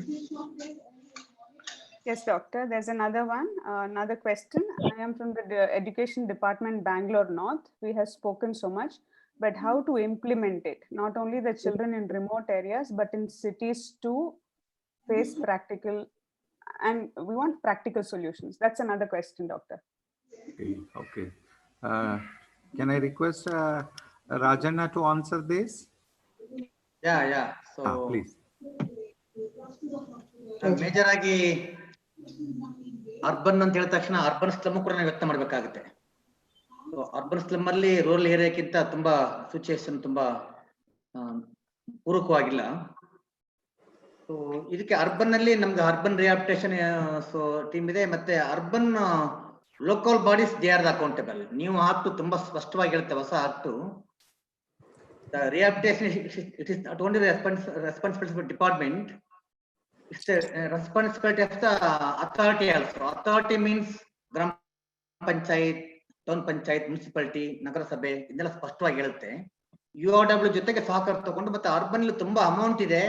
So ಅದನ್ನ ನಮ್ಮ department, education department plus urban local bodies ಮತ್ತೆ NGOs ಒಂದು convergence ಮಾಡಿದ್ರೆ urban ಸೆಸ್ಸಾಗಿ ಮಾಡ್ಲಿಕ್ಕೆ ಅವಕಾಶ ಇದೆ. That's huge resource available in the urbans. Okay. Any other questions or suggestions, feedback? ಮತ್ತೆ ಒಂದು ಅವಕಾಶ ಇದೆ ಆರಾಧ್ಯ ಅವರೇ. ಅರ್ಬನ್ ನಲ್ಲಿ ಸೊ ಡೇ ಕೇರ್ ಸೆಂಟರ್ ನ ಪ್ರಾರಂಭ ಮಾಡ್ಲಿಕ್ಕೆ ಅವಕಾಶ ಇದೆ. ಇವನ್ ಅರ್ಬನ್ ಡೈರೆಕ್ಟರೇಟ್ ಅದನ್ನ ಅವಕಾಶ ಮಾಡಿಕೊಟ್ಟಿದೆ. ಅರ್ಬನ್ ಅಲ್ಲಿ ಡೇ ಕೇರ್ ಸೆಂಟರ್ ಗೆ ತುಂಬಾ ಅವಕಾಶ ಇದೆ, ಹಣನೂ ಕೂಡ ಎಲ್ಲೇ ಇದೆ, ಅದೊಂದು ಅವಕಾಶ ಇದೆ. That is for people, age barrier ಇಲ್ಲ ಅದರಲ್ಲಿ day care centre. Okay, fantastic. That is a good solution because we have a lot of children. See, we call them children. Anybody under 18 is still a child. But because they fall out of the schooling system or the educational system at 12-13, ಅವರು ಬೇರೆ ಕಡೆ ಹೋಗಕ್ಕೂ ಸಾಧ್ಯ ಇಲ್ಲ, ಮನೆಯಲ್ಲಿ ಇಟ್ಕೊಂಡಿರಕ್ಕೂ ಸಾಧ್ಯ ಇಲ್ಲ. So it becomes very practical to go to care centers like this. ಅದು ಎಲ್ಲ ಕಡೆ ಇದೆ ಸರ್, ರಾಜನ ಸರ್? ಇಲ್ಲ, ಅದು ನಾವು ಚಾಮರಾಜನಗರದಿಂದ ಅಪ್ರೋಚ್ ಮಾಡಿ ಅರ್ಬನ್ ಕಮಿಷನ್ಗೆ ಪರ್ಮಿಷನ್ ಕೊಟ್ಟು, ನಂತರ ಅರ್ಬನ್ ಕಮಿಷನ್ ತುಂಬಾ ಸುಲಭ ಮಾಡಿದ್ದಾರೆ. Not necessary come to the urban directorate, you can take within the district. DC is the authority to take permission to run across the state. One thing, Dr. Niranjan, we were successful at one point during 12-13 when Dr. Rajana was the commissioner to create a convergence cell. Basically all these departments need to come together to answer that question, how can we practically bring solutions. Ella kade ಮಾಡ್ತಾ ಇದ್ದಾರೆ in their own pockets under different mandates. Like Dr. Alkazi was speaking about a task force. The task force, civil society task force, needs to also bring in these 5 departments which have a mandate. ಹಾಗಿದ್ದಾಗ ಇವಾಗ ಹೇಳೋ ಎಲ್ಲ facilities, all those 3% within panchayat, adella we can actually bring to the mainstay and create programs around it.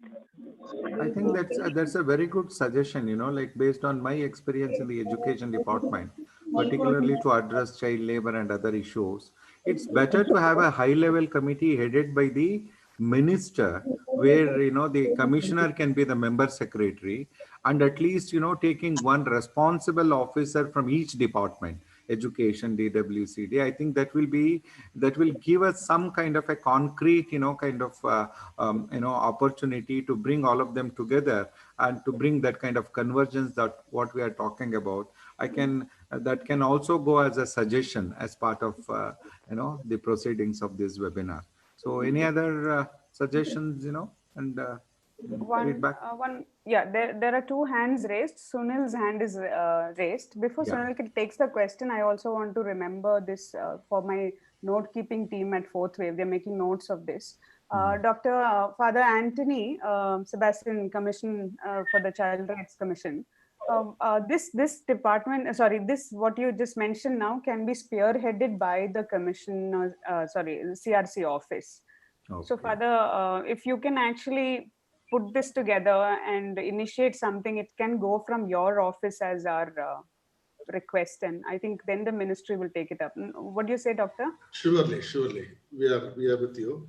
We'll wait for your recommendations or comments. Sure, sure. We'll put a little brief about these webinars and we'll submit it to you. And then if you can post that, organize a small team to push this from various quarters, it will help, Doctor. Sure, sure.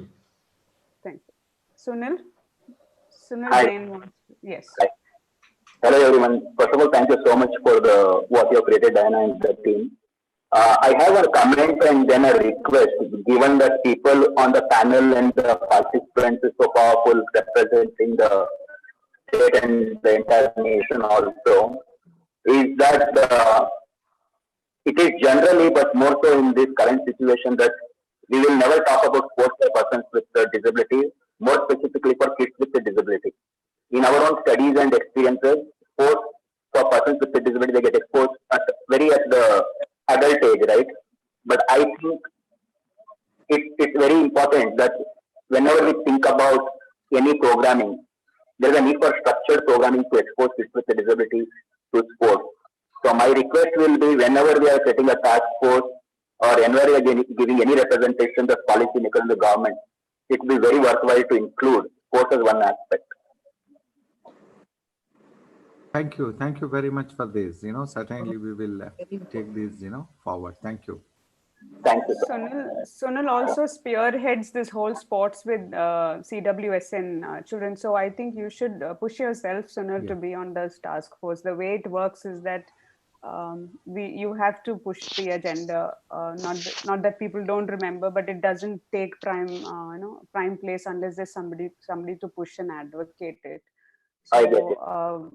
Yeah, so thanks for mentioning that. And I did mention about physical activity as one of the key parameters. And I think you should work closely with our office to see what you can create as a online home sports encouraging process. So we can disseminate that to at least the Karnataka segment with the context of language. Sure. I'm in touch with you, Diana, on your team. Thank you. Thank you, Sunil. Thank you so much. Yes, Doctor. There are two hands raised. Yeah, One please. is Gayatri. Oh, no, just a minute. There's a question Rukmini Krishnaswamy. Yes, Rukmini, please. I'm Ms. Krishnaswamy, Spastic Society of Karnataka. First of all, I think it's a great webinar we had today. And I'm not just stopping at that. And many of the suggestions many people could not have made and sent to you. My request is, if you can have another seminar linked to what has happened today, it will be very beneficial, because we can see many suggestions, study them out, analyze them, and let that be the agenda for the next webinar. Then I think it will be of great use to us. It's just a humble request, but great job. Each one of the speakers, when I heard them, I felt we're so proud in this country.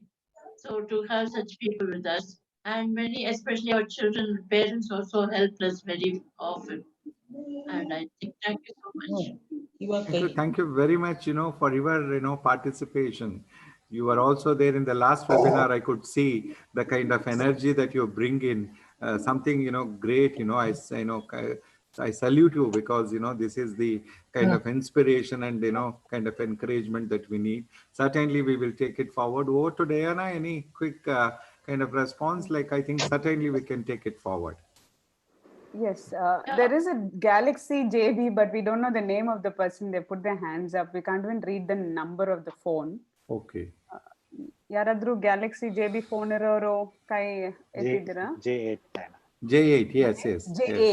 J8. Please. Galaxy J8. Yes, Syed Khan. Hello. ಹೇಳಿ sir. ಹೇಳಿ. ನಮಸ್ತೆ. ನಮಸ್ಕಾರ. ಎಲ್ಲರಿಗೂ ನಮಸ್ತೆ. ನನಗೆ ತುಂಬಾ ಸಂತೋಷ ಆಗುತ್ತೆ. Fourth way foundation ಇಂದ ನಾನು ಭಾಗವಹಿಸ್ತಾ ಇರೋದು. ನನ್ನ ಹೆಸರು ಸೈಯದ್ ಖಾನ್ ಅಂತ ಹೇಳಿ. ನಾನು ಮಂಡ್ಯ ಡಿಸ್ಟ್ರಿಕ್ಟ್ ಅಲ್ಲಿ BAT ಕೆಲಸ ಮಾಡ್ತಾ ಇದ್ದೇನೆ.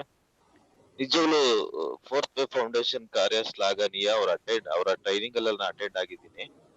ರವಿ ಸರ್ ನಂಗೆ ಚೆನ್ನಾಗಿ ಗೊತ್ತು. ನಾನು ಹೇಳಕ್ ಕೊಟ್ಟಿರೋದಿಷ್ಟೇ. ಈಗ 5% ಅನುದಾನ ಎಲ್ಲಾ ಗ್ರಾಮಗಳಲ್ಲೂ ಇದೆ, ಪಂಚಾಯತಿಗಳಲ್ಲಿ ಇದೆ, ತಾಲೂಕ್ ಪಂಚಾಯತ್ ಇದೆ, ಎಲ್ಲಾ ಕಡೆ ಇದೆ. ಈ ನಮ್ಮಲ್ಲಿ ಏನಾಗ್ತಿದೆ ಅಂದ್ರೆ ನಮ್ಮ ಸಮಗ್ರ ಶಿಕ್ಷಣ ಅಭಿಯಾನದಲ್ಲಿ ನಮ್ಗೆ SRP ರನ್ ಮಾಡ್ಲಿಕ್ಕೆ ಅವಕಾಶ ಮಾಡ್ಕೊಟ್ಟಿದ್ದಾರೆ. ಈಗ ಅಲ್ಲಿ ವಾರಕ್ಕೆ 2 ದಿನ ವಾರಕ್ಕೆ 2 ದಿನ ಮಾತ್ರ ಫಿಸಿಯೋಥೆರಪಿಸ್ಟ್ ತಕೊಂಡು ನಾವು ಹೋಮ್ ಬೇಸ್ಡ್ ಮಕ್ಕಳಿಗೆ, ಮನೇಲಿರೋ ಮಕ್ಕಳಿಗೆ ತಂದು ನಾವು ಫಿಸಿಯೋಥೆರಪಿ ಇವೆಲ್ಲ ಆಕ್ಟಿವಿಟೀಸ್ ಮಾಡ್ತಾ ಇದೀವಿ. ಅದ್ ನಡ್ಕೊಂಡು ಬರ್ತಾ ಇದೆ. ಈವನ್ ಈಗ ರೇವಂತ್ ಈಗ ಮೊನ್ನೆ ಒಂದು ಆದೇಶ ಮಾಡಿ ಎಲ್ಲಾ SRP ಗಳಿಗೆ ಸ್ಟ್ರೆಂತ್ ಮಾಡ್ಲಿಕ್ಕೋಸ್ಕರ ಸುಮಾರು 10.25 ಲಕ್ಷದಲ್ಲಿ ಒಂದೊಂದು ಇಂಜಿನಿಯರ್ ಎಸ್ಟಿಮೇಟ್ ಅನ್ನ ಮಾಡ್ಲಿಕ್ಕೆ ಇಂಜಿನಿಯರ್ ನ ನೇಮಕ ಮಾಡಿದ್ದಾರೆ. It's good move. ಈಗ ಸೊ ನಾನ್ ಹೇಳಕ್ ಹೋಗಿರೋದಿಷ್ಟೇ, ತಾವು ಧಾರವಾಡದಲ್ಲಿ ಕೆಲಸ ಮಾಡ್ತಿದ್ದಾರೆ ಫೋರ್ತ್ ಫೌಂಡೇಶನ್ ಅಷ್ಟೇ. ಈಗ ನಮ್ಮ ಮಂಡ್ಯ ಅಂತ ಕಡೆ ತುಂಬಾ ಗ್ರಾಮೀಣ ಪ್ರದೇಶದಲ್ಲಿ ಕರ್ನಾಟಕ ಪಬ್ಲಿಕ್ ಸ್ಕೂಲ್ ಅನ್ನೋದು ಒಂದಿದೆ, ಹೌದಲ್ವಾ? ಆ ಪಬ್ಲಿಕ್ ಸ್ಕೂಲ್ ಎಲ್ಲ ಯಾಕೆ ಒಂದು ಸಂಪನ್ಮೂಲ ಕೇಂದ್ರ ಮಾಡಿ ಈ ಎಲ್ಲ ಅನುದಾನಗಳನ್ನ ಅಲ್ಲಿಗೆ ಬಳಸ್ಕೊಂಡು ನೀವು ನಮ್ ಜೊತೆ ಸಪೋರ್ಟ್ ಆದ್ರೆ ಪ್ರಾಯಶಃ ಮೂಲಲ್ಲಿರೋ ಮಕ್ಕಳು ಸಹ ಮೇನ್ ಸ್ಟ್ರೀಮ್ ಅಲ್ಲಿ ಬರ್ತದೆ ಅನ್ನೋದು ನನ್ನ ಅಭಿಪ್ರಾಯ. Please. Thank you doctor. Thank you. ನಿಮ್ ಹೆಸರು? I am so sorry. Syed Khan sir. ನಮ್ಗೆ ಮಾಡ್ಬೇಕಂತಿದೆ, ಆದ್ರೆ ದ ಪಾಲಿಸಿ, ನಮ್ ಪಾಲಿಸಿಯಲ್ಲಿ ಸರ್ವ ಶಿಕ್ಷಾ ಅಭಿಯಾನ ಅಂದ್ರೆ ಸಮಗ್ರ ಶಿಕ್ಷಾ ಅಭಿಯಾನ್ ಕೂಡ ಸೇರಿ ಅದು ಸ್ಕೇಲ್ ಮಾಡ್ಬೇಕಂತಿದೆ. ಆ ಪ್ರಾಸೆಸ್ ಅಲ್ಲಿ ನಿಮ್ ಮಂಡ್ಯ ಡಿಸ್ಟ್ರಿಕ್ಟ್ ಅಲ್ಲೂ SRP ಸ್ಯಾಂಕ್ಷನ್ ಮಾಡಿದ್ದಾರೆ. We are willing.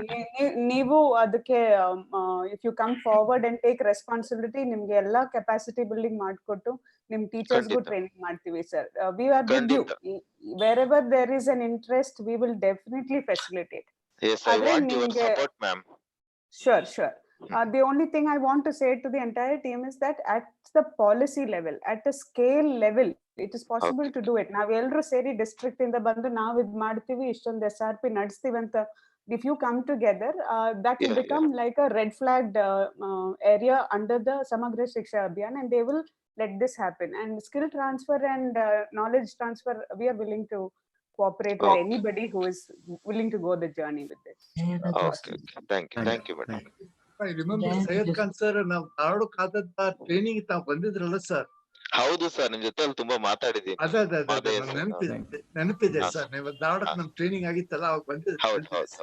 Okay, thank you sir. ಮುಂದುವರ್ಸೋಣ ಬನ್ನಿ. Okay sir, thank you sir. Thank you. One more question, doctor. One more question. Somebody, Kartika Guru Prasad has raised hand, and I think with that we will. Yes. Kritika from. Yes. Sorry. Mangalore district, Sulya taluk BART ಆಗಿ ಕೆಲಸ ಮಾಡ್ತಾ ಇದ್ದೇನೆ. Thank you fourth foundation ಗೆ ಎಲ್ಲರಿಗೂ ನಾನು ಧನ್ಯವಾದ ಅರ್ಪಿಸ್ತಾ ಇದ್ದೇನೆ. ಇಂತಹ ಒಂದು ಪ್ರೋಗ್ರಾಮ್ ಅನ್ನು ಈ ಟೈಮ್ ಅಲ್ಲಿ, ಅಂದ್ರೆ ನನಗೂ ಶಾಲೆ ಅಂತ ಹೇಳೋ ಪ್ರೋಗ್ರಾಮ್ ನಮ್ಮ CWSN ಮಕ್ಕಳಿಗೆ ನಡೆಸಿಕೊಟ್ಟಿರೋದಕ್ಕೆ. ನೆಕ್ಸ್ಟ್ ಮ್ಯಾಮ್, ನಮ್ ಹೋಮ್ ಬೇಸ್ಡ್ ಮಕ್ಳು ಇರ್ತಾರಲ್ಲ ಮ್ಯಾಮ್, ಅವ್ರಿಗೋಸ್ಕರ ಮೊದ್ಲೆಲ್ಲ ಸ್ವಯಂ ಸೇವಕರು ಎಲ್ಲ ಇದ್ರಲ್ಲ, ಇವಾಗ ವೀಕ್ಲಿ 3 days ಸ್ವಯಂ ಸೇವಕರ ಅಂತ ಏನಾದ್ರು ನೇಮಿಸಿ, ಅಥವಾ ಫಿಸಿಯೋಥೆರಪಿಸ್ಟ್ ತರ ಅಟ್ ಹೋಮ್ ಅಂದ್ರೆ ಫಿಸಿಕಲ್ ಎಕ್ಸರ್ಸೈಸ್ ಕೊಟ್ಟು ಮತ್ತೆ SRP ಕರ್ಕೊಂಡ್ ಬರೋ ಹಾಗೆ ಒಂದು ಏನಾದ್ರು ಯೋಜನೆನ ಹಾಕೊಳ್ಬಹುದಲ್ಲ madam? Can I take it, doctor? Yes. ಯಾಕಂದ್ರೆ ನಮ್ ಕಡೆ ಬಂದ್ಬಿಟ್ಟು ತೀರಾ ಎಂಡೋಸಲ್ಫಾನ್ ಏರಿಯಾಗಳಿವೆ, ಫುಲ್ಲಿ ಸಿವಿಯರ್ ಇರ್ತಾರೆ. ಹಲೋ, ನಿಮ್ಮ ಪ್ರಶ್ನೆ ಅರ್ಥ ಆಯ್ತು. ಡಯಾನ್ ಅವ್ರಿಗೆ ಉತ್ತರ ಕೊಡ್ಲಿಕ್ಕೆ ಹೇಳ್ತೇನೆ. Okay sir.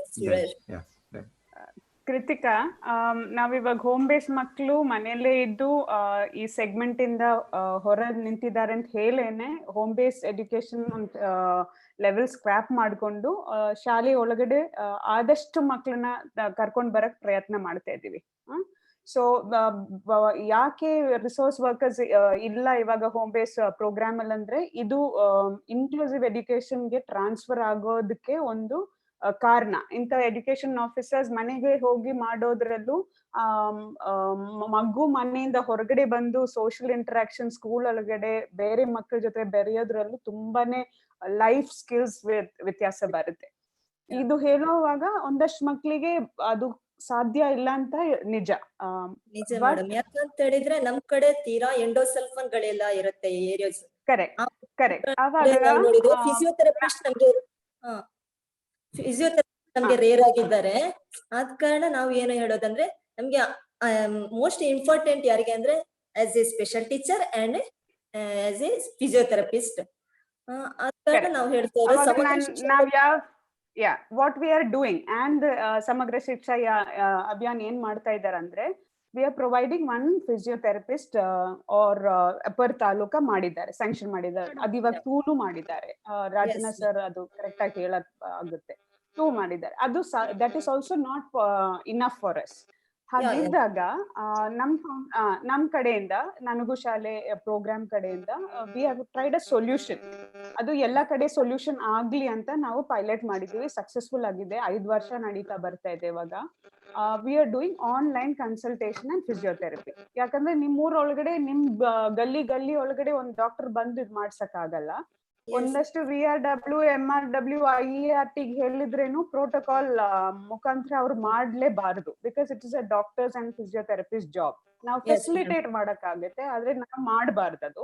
ಹಾಗಿದ್ದಾಗ ಹೇಗೆ ಡಾಕ್ಟರ್ನ ಮನೆ ಒಳಗಡೆ ಕರೆಸಬಹುದು ಅಂದ್ರೆ ವಿತ್ ನೆಟ್ವರ್ಕ್ ಫೆಸಿಲಿಟಿ. ಇವಾಗ ಕೋವಿಡ್ ಕೂಡ ಬಂದ ಕಾರಣ ಇದು ಮ್ಯಾಂಡೇಟರಿ ಆಗ್ಬಿಡುತ್ತೆ. We can actually bring services to the household with the caretaker. ಇದು ಫ್ಯೂಚರ್ ಅಲ್ಲಿ ಇವಾಗ ಪ್ಯಾನಲಿಸ್ಟ್ ಹೇಳಿರೋ ತರ ಕೋವಿಡ್ ಇಂದ ನಮ್ಗೆ ತುಂಬಾನೇ ಕಲಿಕೆ ಆಗುತ್ತೆ ಫಾರ್ ಸರ್ವಿಸ್ ಡೆಲಿವರಿ. ಅದರಲ್ಲಿ ಒಂದು will be delivery for care and physiotherapy in the homes or to the caretaker of the child.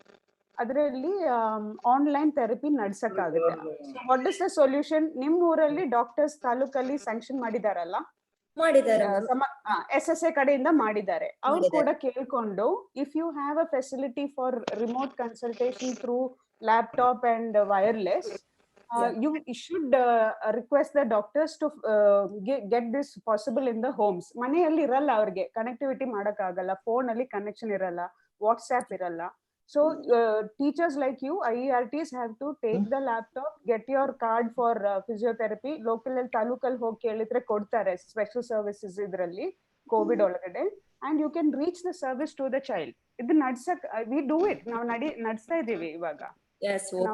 ಬರೀ ಹೇಳೋದಲ್ಲ, we have actually by prototype ನಡ್ಸ್ತಾ ಬಂದಿದೀವಿ 5 years ಅಲ್ಲಿ. ಇವಾಗ ಕೋವಿಡ್ ಅಲ್ಲಿ ಜಾಸ್ತಿನೇ we are emphasising this. Yes. So thank you. Any other questions? Okay, thank you. ನಾನು ಕಾಣ್ತಾ ಇದ್ದೀನಿ ಅಂತ ಮೊಬೈಲ್ ಅಲ್ಲಿ ಕಾಣ್ತಲ್ವ ನಾನು? Thank you. Any other questions, Diana? Madam ಅದು ಕಾಪಾಡಮ್ಮ. ನಮಸ್ಕಾರ. somebody is talking.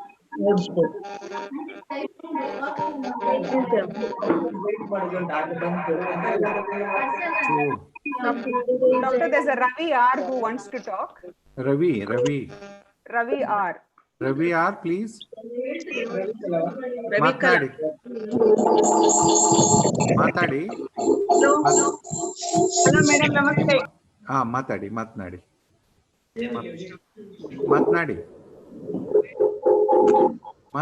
ಕೇಳಿಸ್ತಾ ಇದೆ ನಿಮ್ಮ ಮೈಕು.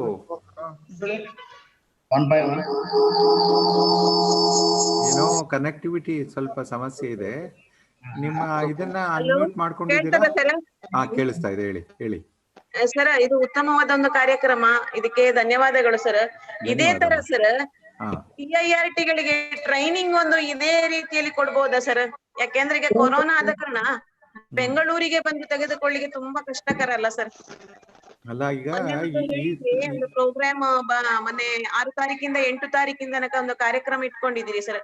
ಆದ್ರೆ ಕೋವಿಡ್ ಆದ್ರಿಂದ ನಮ್ಮ ಜಿಲ್ಲೆಯಿಂದ ಬೆಂಗಳೂರಿಗೆ ಬರ್ಲಿಕ್ಕೆ ತುಂಬಾ ಕಷ್ಟಕರ ಸರ್. ಇದರ ಮೂಲಕ ಇದೇ ತರ ಈ ಕಾರ್ಯಕ್ರಮ ತರವೇ ನಮ್ಮ BIRT ಗಳಿಗೆ ಒಂದು ತರಬೇತಿಯನ್ನು ಮತ್ತು ಯಾವ ರೀತಿ ನಮ್ಮ ಈ ಕೋವಿಡ್ ಇರುವುದರಿಂದ ವಿಶೇಷ ಅಗತ್ಯವುಳ್ಳ ಮಕ್ಕಳಿಗೆ, ಅಂದ್ರೆ ಗೃಹಧಾರಿತ ಮಕ್ಕಳಿಗೆ ಯಾವ ತರ ಅವರಿಗೆ ಟ್ರೀಟ್ಮೆಂಟ್ ಕೊಡ್ಬೋದು, ಯಾವ ತರ ನಾವು ಅವರಿಗೆ ಮಾರ್ಗದರ್ಶನ ಕೊಡ್ಬೋದು ಎನ್ನುವುದನ್ನು ಸ್ವಲ್ಪ ಮಾಹಿತಿ ಬೇಕಿತ್ತು ಸರ್. ಈ ತರ ಮಾಡ್ಬೋದಾ ಸರ್? ಖಂಡಿತ ಪರಿಗಣಿಸ್ತೀವಮ್ಮ. ಯಾಕಂದ್ರೆ ಈ ಸಂದರ್ಭದಲ್ಲಿ 1-to-1 ಅಂದ್ರೆ ಎಲ್ಲರನ್ನು ಸೇರಿಸಿ ಒಂದ್ ಕಡೆ ಫಿಸಿಕಲ್ ಆಗಿ ಟ್ರೈನಿಂಗ್ ಕೊಡೋದು ಕಷ್ಟ ಆಗ್ಬಹುದು. ಆದ್ರೆ ಒಂದು ವೆಬಿನಾರ್ ಮೂಲಕ ಟ್ರೈನಿಂಗ್ ಕೊಡ್ಲಿಕ್ಕೆ ಸಾಧ್ಯನಾ ಅಂತಕ್ಕಂಥದ್ದನ್ನ ಖಂಡಿತ ಡಯಾನಾ ಅವರು ಎಕ್ಸ್ಪ್ಲೋರ್ ಮಾಡ್ತಾರೆ. ಮತ್ತೆ ಆದಷ್ಟು ಅದನ್ನ ನಾವು SSA ಜೊತೆಗೆ ಸೇರ್ಕೊಂಡು ಮಾಡಿದ್ರೆ ಅದು ಎಲ್ಲಾ ರೀತಿಯ ಎಲ್ಲಾ ಇಲಾಖೆಗಳಲ್ಲಿ ಬ್ಲಾಕ್ ಲೆವೆಲ್ ಅಲ್ಲೂ ಕೂಡ ಅದನ್ನ ಕೊಡ್ಲಿಕ್ಕೆ ಸಾಧ್ಯ ಆದ್ರೆ ಅವಾಗ ಹೆಚ್ಚಿನ ಅದು ಒಂದು ಇಂಪ್ಯಾಕ್ಟ್ ಆಗುತ್ತೆ. ಖಂಡಿತ ಅದನ್ನ ಇದು ಮಾಡ್ತೀವಮ್ಮ. Thank you sir, thank you. ಅವಕಾಶಕ್ಕಾಗಿ ಧನ್ಯವಾದಗಳು ಸರ್. ಧನ್ಯವಾದ. Any other questions, 2 more Diana? minutes and then there are lots of hands going up, but we'll take only 2 more minutes. I think last 2 questions. We can conclude. Yes. Vasantam avaru ಹೇಳಿ. Vasanthamma KV. ಅಮ್ಮ ಹೇಳಿ ವಸಂತಮ್ಮ ಅವರು, please. ನಮ್ಮ ಹೇಳಿ, ಮಾತನಾಡಿ.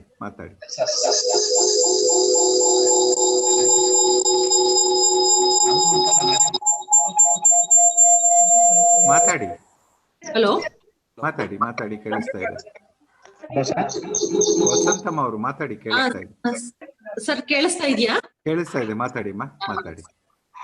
ಇದು ತಾವು ಈ ರೀತಿ ಮಾತಾಡ್ತಾ ಇರೋದು, ಡಾಕ್ಟರ್ ಕಡೆಯಿಂದೆಲ್ಲ ಮಾತಾಡಿಸ್ತಾ ಇರೋದು ಈ ಕೋವಿಡ್ ಸಂದರ್ಭದಲ್ಲಿ ಬಹಳ ಸೂಕ್ತವಾಗಿದೆ ಸರ್. ಈಗ ನಮ್ಗೆ ಮನೆಗಳಿಗೆಲ್ಲ ಹೋಗ್ಲಿಕ್ಕೆ ಒಂದ್ ಸ್ವಲ್ಪ ನಮ್ ಕಡೆ ಬಸ್ಸಸ್ ಆ ತರದ್ದೆಲ್ಲ ಪ್ರಾಬ್ಲಮ್ ಇದೆ ಸರ್. ಅದರಿಂದ ನಾವು ಫೋನ್ ಅಲ್ಲೇ ಕಾಂಟ್ಯಾಕ್ಟ್ ಮಾಡಿ ಒಂದ್ ಸ್ವಲ್ಪ ಮಕ್ಕಳಿಗೆ ಗೈಡೆನ್ಸ್ ಎಲ್ಲ ಕೊಡ್ಬೇಕಾಗಿದೆ. ಮತ್ತೆ ಅವ್ರಿಗೆ ಈ ಫುಡ್ ಅಲ್ಲಿ ಯಾವ ತರ ಮ್ಯಾನೇಜ್ ಮಾಡ್ಬೇಕು, ಬರೀ ಫಿಸಿಯೋಥೆರಪಿ ಎಲ್ಲ ಲಾಸ್ಟ್ ಇಯರ್ ಮಾಡಿಸ್ದಾಗೇನೆ ಅದನ್ನೇ ಕಂಟಿನ್ಯೂ ಮಾಡಿ ಅಂತ ಹೇಳಿದ್ವಿ. ಈಗ ಬೇಗ ನಮ್ಗೆ ಫಿಸಿಯೋಥೆರಪಿಸ್ಟ್ ಸಿಕ್ಕಿದ್ರೆ ಅವ್ರು ಅದು ಮಕ್ಕಳದು ಪ್ರೋಗ್ರೆಸ್ ನೋಡಕ್ಕೆ ಒಂದ್ 3 months ಆಯ್ತು, ಆಲ್ರೆಡಿ 3-4 months. ಮಕ್ಕಳು ಇನ್ಯಾವ ತರ ಮತ್ತೆ ಏನಾದ್ರು ಇಂಪ್ರೂವ್ಮೆಂಟ್ ಇದ್ರೆ ಬೇರೆ ತರ ಫಿಸಿಯೋಥೆರಪಿ ಹೇಳ್ಕೊಡ್ಬೇಕಾಗ್ತದೆ. ಅದಕ್ಕೆ ಒಂದ್ ಸ್ವಲ್ಪ ಈಗ ತಕ್ಷಣಕ್ಕೆ ಅವಕಾಶ ಆಗ್ತಾ ಇಲ್ಲ. ಪೇರೆಂಟ್ಸ್ ಗೆ ನಾವು ಫುಡ್ ಅಲ್ಲಿ ಆ ಮಗುಗೆ ಯಾವ ತರ ಏನ್ ಕೊಡ್ಬೇಕು ಅಂತ ಹೇಳ್ಬಿಟ್ಟು ಅದು ಡಾಕ್ಟರ್ ಕಡೆಯಿಂದ ನಮ್ಗೊಂದ್ ಸ್ವಲ್ಪ ಗೈಡೆನ್ಸ್ ಬೇಕು. Diana, you have any suggestions for this? Yes, there is a little group that is coming together, physiotherapists, doctors. Bengaluru ಒಳಗಡೆ, ಸಿಟೀಸ್ ಒಳಗಡೆ ಎಲ್ಲ ನಾವು ಕೇಂದ್ರೀಕರಿಸ್ತಾ ಇದ್ದೀವಿ ಒಟ್ಟಿಗೆ ಬರಕ್ಕೆ. ಅಂಡ್ ಒಂದೊಂದು ತಾಲೂಕಿಗೆ ಡೆಸಿಗ್ನೇಟ್ ಮಾಡ್ಬೋದು. ಇದು ಬರೀ ವಾಲಂಟ್ರಿ. ಆದ್ರೆ ಅವರು ಬರುವಾಗ ಒಂದಷ್ಟು ಟೈಮ್ ಇರಲ್ಲ. ನಿಮ್ ಮಕ್ಕಳದು ಕೇಸ್ ಎಲ್ಲ ನೀವು ಪಕ್ಕಾ ಇರ್ಬೇಕು. ಹೆಸರು, ಕೇಸು, ಕಂಡೀಷನ್ ಎಲ್ಲ ಕೊಟ್ರೆ ಒಂದೆರಡು ನಿಮಿಷ ನಿಮ್ಮ ಹತ್ರ ಏನಾದ್ರು last video 1 week back 2 week back ಮಗುದ್ ಏನಾದ್ರು ವಿಡಿಯೋ ಅದೇ ಕನ್ಸಲ್ಟೇಷನ್ ಮಾಡಿ ನಿಮ್ಗೆ ಹೇಳ್ಕೊಡ್ಬಹುದಂತ ಒಂದು ಪ್ಲಾನ್ ನಡೀತಾ ಇದೆ. ಅದು ಒಂದೂವರೆ ತಿಂಗಳಿಗೆ ನೀವು ಸ್ವಲ್ಪ ತಾಳ್ಮೆಯಿಂದ ವೇಟ್ ಮಾಡಿದ್ರೆ we can bring this resource pool together. Physiotherapist resource pool ಮಾಡ್ತಾ ಇದೀವಿ sir, doctor sir. And people can apply as talukas to get reference for cases. This is the immediate solution, quick fix solution alla. ಒಂದು immediate ಆಗಿ ನಮ್ಮ ಮಕ್ಕಳಿಗೆ ಒಂದಷ್ಟು ಫಿಸಿಯೋಥೆರಪಿಯಿಂದ they have benefited over the last 2-3 years. ಅದು ಇಲ್ಲದೆ ಹೋಗ್ಬಾರ್ದು and they should not regress ಅಂತ ಹೇಳಿ ಒಂದು ಇದು ಮಾಡ್ತಾ ಇದೀವಿ. We are trying to do something. ಅದು please follow us, we will see how to help you. Thank you. ಬಹುಶಃ ನಮ್ಮ ಸಮಯದ ದೃಷ್ಟಿಯಿಂದ ಸಮಯದ ದೃಷ್ಟಿಯಿಂದ ಒಂದು ಕೊನೆ ಹೇಳಿಮ್ಮ, ಹೇಳಿ ಮಾತಾಡಿಮ್ಮ. ವಿಶಾಲಾಕ್ಷಿ ನಿಮ್ಮ ಫೋನನ್ನ ಅನ್ಮ್ಯೂಟ್ ಮಾಡ್ಕೊಳ್ಳಿ. ಸಾರಿ, ನಿಮ್ಮ ಇದನ್ನ ಅನ್ಮ್ಯೂಟ್ ಮಾತಾಡಿ. ಸರ್ ನಮಸ್ತೆ, ಪಾವಗಡದಿಂದ. ಇನ್ನು ನಮ್ಮ ರಾಜಣ್ಣ ಸರ್ ಏನ್ ಹೇಳಿದ್ರು, ಟೇಕ್ ಕೇರ್ ಸೆಂಟರ್ ಅವಕಾಶ ಇದೆ ಅಂತ ಹೇಳ್ಬಿಟ್ಟು, ಅದು ಆಲ್ರೆಡಿ ನಮ್ಮ ಪಾವಗಡದಲ್ಲಿ ನಡೀತಾ ಇದೆ. ಹಾಗೆ ಡಯಾನಾ ಮೇಡಮ್ ಅವರೇ, ನೀವು ಸಹ ನಮ್ಮ ಪಾವಗಡದಲ್ಲಿ ಫ್ಲೋರೋಸಿಸ್ ವಾಟರ್ ಇದೆ. ನಮ್ಮ ರಾಜಣ್ಣ ಸರ್ಗೆ ಮಾಹಿತಿ ಅದು ಪಕ್ಕಾ ಇದೆ. ನಮ್ಮ ರಾಜಣ್ಣ ಸರ್ ಕಡೆಯಿಂದ ನೀವು ಸಹ ಸಹಕಾರ ತಗೊಂಡು ನಮ್ಮ ಪಾವಗಡದಲ್ಲೂ ಯಾಕೆ ನನಗೂ ಶಾಲೆ ಅನ್ನೋದನ್ನ ನೀವು ತೆರಿಬಹುದು, ನಮಗೂ ಯಾಕೆ ಸಹಕಾರ ಕೊಡಬಾರ್ದು ಅಂತ ನಾವು ನಿಮ್ಮಲ್ಲಿ ಮನವಿ ಮಾಡ್ಕೊಳ್ತಾ ಇದ್ದೀನಿ madam. Vishalakshi ma'am. Yes madam, namaste, glad to meet you ma'am. Wonderful. ತುಂಬಾನೇ ಒಳ್ಳೆ ಕೆಲಸ ನಡೀತಾ ಇದೆ.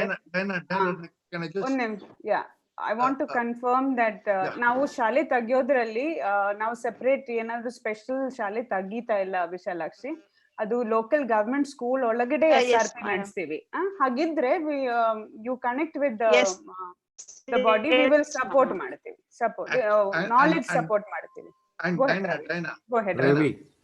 ಆಕ್ಚುಲ್ ಆಗಿ ಅದೇ ತುಮಕೂರು ಒಳಗ ಅವರು ತುಮಕೂರು ಒಳಗ ನಾವು ಚರ್ಚೆ ಮಾಡ್ತಾ ಇದೀವಿ. ತುಮಕೂರು ಜಿಲ್ಲೆ ಒಳಗ ನಾವು ಚರ್ಚೆ ಮಾಡ್ತಾ ಇದೀವಿ. ಅಲ್ಲಿ DIRT ಅವ್ರ ಜೊತೆಗೆ ಸ್ವಲ್ಪ ನಾವು ನೆಕ್ಸ್ಟ್ ಫೇಸ್ ಅಲ್ಲಿ ಸಾಧ್ಯ ಆದ್ರ ಖಂಡಿತವಾಗಿ ನೆಕ್ಸ್ಟ್ ಮುಂದಿನ ಹಂತದೊಳಗ ಸಾಧ್ಯವಾದ್ರ ನಾವು ಒಂದು ಯೂನಿಟ್ ತೆಗಿಯೋಣ. ಆದ್ರೆ ನಮ್ ತೆಗಿಯೋ ಯೂನಿಟ್ ಅದು ನಿಮಗೆ ಫೆಸಿಲಿಟೀಸ್ ತರಬೇತಿ ನಾವು ಕೊಡ್ತೀವಿ. ಆದ್ರೆ ನಾವು ಅದೇ ಹೇಳ್ದಂಗ ಸ್ವಲ್ಪ ಎಲ್ಲಾರು ಹೇಳ್ದಂಗ ಸ್ವಲ್ಪ ಸಂಪನ್ಮೂಲಗಳು ನಿಮ್ಮಲ್ಲಿ ಇದಾವೆ. ಸ್ವಲ್ಪ ಈಗ ಏನಾಗಬೇಕಾಗಿದೆ ಅಂತ ಹೇಳಿದ್ರೆ ಅದು ತರಬೇತಿ ಆಗ್ಬೇಕು, ಅದನ್ನ ಯಾವ ರೀತಿ ಬಳಸ್ಬೇಕು, ಸದ್ಬಳಕೆ ಆಗ್ಬೇಕು. ಅದರದ ಮಾಹಿತಿ ನಾವು ಒದಗಿಸ್ಕೊಡೋಣ. Thank you very much. ಯಾರ್ಯಾರಿಗೆ ಅವಕಾಶ ಸಿಕ್ಲಿಲ್ಲ ಅವರಲ್ಲಿ ಕ್ಷಮೆ ಕೇಳ್ತೇನೆ. ಯಾಕೆ ಅಂತ ಹೇಳಿದ್ರೆ ಸರ್ ಕೊನೆಯದಾಗ ನಾ ಬೀದರ್ದಿಂದ ಮಾತಾಡ್ತಾ ಇದ್ದೀನಿ. ಬೀದರ್ದಿಂದ BIT ಮಾತಾಡಿ ಬೇಗ ಸರ್. ಈಗಾಗಲೇ ಸರ್ ಬೀದರ್ ಜಿಲ್ಲೆಯ ಬೀದರ್ ತಾಲೂಕಿನಲ್ಲಿ ನಾವು BRC ವತಿಯಿಂದ ನಮ್ಮ BRC ಅವರ ಒಂದು ಅಧೀನದಲ್ಲಿ ಗೃಹ ಆಧಾರಿತ ಮಕ್ಕಳನ್ನು ಮನೆಯಲ್ಲಿದ್ದಾರೆ, ಅವರನ್ನು ನೋಡಿಕೊಳ್ಳಿಕ್ಕೆ ನಾವು BIT ಅವರು ಹೋಗ್ತಾ ಇದೀವಿ. ಆದರೂ ನಾವು ಅಲ್ಲಿ ಇರ್ತಕ್ಕಂಥ ಸ್ಥಳೀಯ ಶಾಲೆಯ ಶಿಕ್ಷಕರನ್ನ ಆ ಗೃಹ ಆಧಾರಿತ ಮಕ್ಕಳ ಬಗ್ಗೆ ಅರಿವು ಮೂಡಿಸಿ ಅವರನ್ನು ಬಳಸ್ಕೊಂಡು ನಾವು ಹಲೋ ಸರ್. ಮಾತಾಡಿ ಸರ್, ಗೃಹ ಆಧಾರಿತ ಮಕ್ಕಳ ಮನೆಗೆ ನಾವು ಮೊದಲು ಭೇಟಿ ಕೊಡ್ತಾ ಇದೀವಿ ಸರ್. ಕೊಟ್ಟ ನಂತರ ಆ ಸ್ಥಳೀಯವಾಗಿರ್ತಕ್ಕಂಥ ಶಾಲೆಯ ಶಿಕ್ಷಕರನ್ನ ಆ ಮಕ್ಕಳ ಬಗ್ಗೆ, ಅಂದ್ರೆ ಗೃಹ ಆಧಾರಿತ ಮಕ್ಕಳ ಯಾವ ರೀತಿಯಾಗಿ ನಾವು ನೋಡ್ಕೊಳ್ಬೇಕಂತಕ್ಕಂಥ ತರಬೇತಿ ಅವರಿಗೆ ಮಾಹಿತಿ ಕೊಟ್ಟು ಅವರನ್ನು ಸದ್ಯದಲ್ಲಿ ಬಳಸ್ಕೊತಾ ಇದೀವಿ ಸರ್. ಇದನ್ನೇ ನಾವು ಫಿಸಿಯೋಥೆರಪಿಗೂ ಕೂಡ ಸ್ಥಳೀಯವಾಗಿರ್ತಕ್ಕಂಥ ಸೌಲಭ್ಯಗಳನ್ನು ತೆಗೆದುಕೊಂಡು ಮಾಡ್ತಾ ಇದ್ವಿ. ಜೊತೆಗೆ ನಮ್ಮಲ್ಲಿ ಡಾಕ್ಟರ್ ಬಸವರಾಜ ಹೊರಶೆಟ್ಟಿ ಅಂತೇಳಿ ಒಬ್ಬ ವೈದ್ಯರಿದ್ದಾರೆ ಸರ್. ಅವರು ತಮ್ಮ ಕ್ಲಿನಿಕ್ ನಲ್ಲಿ ಕೂಡ ನಮ್ಮ ಮಕ್ಕಳನ್ನು ವಾರದಲ್ಲಿ 1 ದಿವಸ 2 ದಿವಸ ತರಲಿಕ್ಕೆ ಅವರು ಸ್ವತಃ ಅವರು ಕ್ಲಿನಿಕ್ ಕೂಡ ಬಂದಿರೋ ಮಕ್ಕಳನ್ನ ಇದು ಮಾಡ್ತಾ ಇದ್ದಾರೆ ಸರ್. ಅದೇ ರೀತಿ BRC ಕೇಂದ್ರಕ್ಕೂ ಕೂಡ ನಾವು ಕರೆಸಿ ಪಾಲಕರ ಮತ್ತು ಮಕ್ಕಳನ್ನು ಕರೆಸಿ ಪಾಲಕರಿಗೂ ಕೂಡ ನಾವು ಆ ಮಕ್ಕಳನ್ನು ಯಾವ ರೀತಿಯಾಗಿ ನಾವು ಫಿಸಿಯೋಥೆರಪಿ ಮಾಡ್ಬೇಕಂತಕ್ಕಂಥದ್ದು ಕೂಡ ನಾವು ಇದೀಗ ಮುಂದುವರ್ಸಿವಿ ಸರ್. ಅದಕ್ಕೆ ಮುಂದಿನ ದಿನಗಳಲ್ಲಿ ಅಂದ್ರೆ ಗೃಹ ಆಧಾರಿತ ಮೊದಲು ಸ್ವಯಂ ಸೇವಕರು ಇದ್ರು ಸರ್, ಈಗ ಇಲ್ಲ, ಆದರೂ ನಾವು ಶಿಕ್ಷಕರನ್ನೇ ಬಳಸ್ಕೊತಾ ಇದೀವಿ ಸರ್. ಥ್ಯಾಂಕ್ ಯು ನಿಮ್ಮೆಲ್ಲ ಮಾಹಿತಿಗೆ ಧನ್ಯವಾದಗಳು. ಆದ್ರೆ ನಮ್ಮ ಚರ್ಚೆಯ ಒಂದು ಜೀವಾಳ ಏನಂತ ಹೇಳಿದ್ರೆ, ಗೃಹಾಧಾರಿತ ಮಕ್ಕಳು ಯಾರಿದ್ದಾರೆ ಅವರನ್ನ ಹೊರತರ್ತಕ್ಕಂಥ ಕೆಲಸವನ್ನು ಮಾಡ್ಬೇಕು. ಯಾಕೆಂತ ಹೇಳಿದ್ರೆ ಕೇವಲ ಅವರನ್ನ ಮನೆಗೆ ಸೀಮಿತಗೊಳಿಸೋದ್ರಲ್ಲಿ ನಮ್ಮ ಓಲ್ ಕಾನ್ಸೆಪ್ಟ್ ಏನಿದೆ, ಇನ್ಕ್ಲೂಸಿವ್ ಅಂದ್ರೆ ಎಲ್ಲರನ್ನ ಒಳಗೊಳ್ತಕ್ಕಂತಹ ಶಿಕ್ಷಣ ವ್ಯವಸ್ಥೆ, ಅದನ್ನ ನಾವು ಹೆಚ್ಚು ಹೆಚ್ಚು ಬಲಗೊಳಿಸ್ತಾ ಹೋಗ್ಬೇಕಾಗುತ್ತೆ. ಸೊ ಆ ನಿಟ್ಟಲ್ಲೂ ಕೂಡ ನೀವು ಶಿಕ್ಷಕರನ್ನ ಇನ್ವಾಲ್ವ್ ಮಾಡಿಕೊಂಡು ಆ ಕೆಲಸ ಮಾಡ್ಲಿಕ್ಕೆ ಸಾಧ್ಯ ಆದ್ರೆ ಬಹುಶಃ ಅದು ಒಂದು ಉತ್ತಮವಾದಂತ ಕೆಲಸ ಆಗುತ್ತೆ. ಸೊ ಎಲ್ಲ ಗೆಳೆಯರೇ ಸುಮಾರು 2.5 ಗಂಟೆಗಳ ಕಾಲ ಬಹಳ ಸುದೀರ್ಘವಾಗಿ ಚರ್ಚೆ ಮಾಡಿದ್ದೇವೆ. So we got very wonderful insights, suggestions, learnings. I think probably based on these 2.5 hours, very productive, meaningful, kind of webinar, I am sure that Diana and his team will be able to put together, kind of concrete recommendations to the state government of Karnataka. And Dr. Anthony Sebastian, who is heading the State Commission for Protection of Child Rights, has already agreed, to take this forward. And I think under his leadership, we will be able to, we will certainly make, concrete recommendations to the state. And also, as suggested by panelists, we will also think of, kind of constituting a task force, particularly at this particular, pandemic period, to address and also to monitor in a kind of a meaningful manner. So therefore, I personally believe today's webinar is very enriching, very insightful, and at least to some extent we are able to make some concrete suggestions to the state government. certainly we will share those documents and suggestions and what all we discussed in the last 2.5 hour session. We will share with all so that you can also take at your places at different levels. So with this, I thank each one of you, particularly the panel members, particularly Dr. Leelavati, Rajana, particularly Radhika ji, Diana, all, sorry? Yes. So all who, kind of contributed very wonderful, kind of insights and learnings based on their, rich experience and decades of, work. I think certainly this is a very, very, fruitful and productive, webinar, and it will really help us to move forward. So similarly, I thank each one of you for participating in this webinar and coming with your very concrete suggestions and also kind of way forward, what all that we could do together in a more collective manner. I thank each one of you for these, participating in this webinar, and we conclude this webinar at this point of time at 12:30, and look forward for your continued support, cooperation, and guidance, to take this issue forward. Thank you, one and all. Thank you very much. Well, I thank Dr. Niranjan for monitoring and hosting and keeping it such a organizing it in such a way. So thanks to you, Niranjan. It's my duty. It's my duty. Yes, that is that little things that I can do. He's such a busy person, and he could come and participate, be a part of our exercise. That is indescribable. So thank you, Dr. Niranjan. Thank you very much. Let us work Thank you, together. Doctor, for making the time. We know you had a calendar that was so full and you made the time. We are greatly indebted to you. Thank you. Thank you very much. Thank you, Let us Dr. work together. Alkazi. Yeah. Thank you, Father Thank you. Anthony. Yeah. Bye-bye. Thank Thank you. you all. Thank you. Bye-bye. Take care, all of you. Ma'am. We'll get back to you. All of you. Thank you. Rajana sir, thank you. Thank you.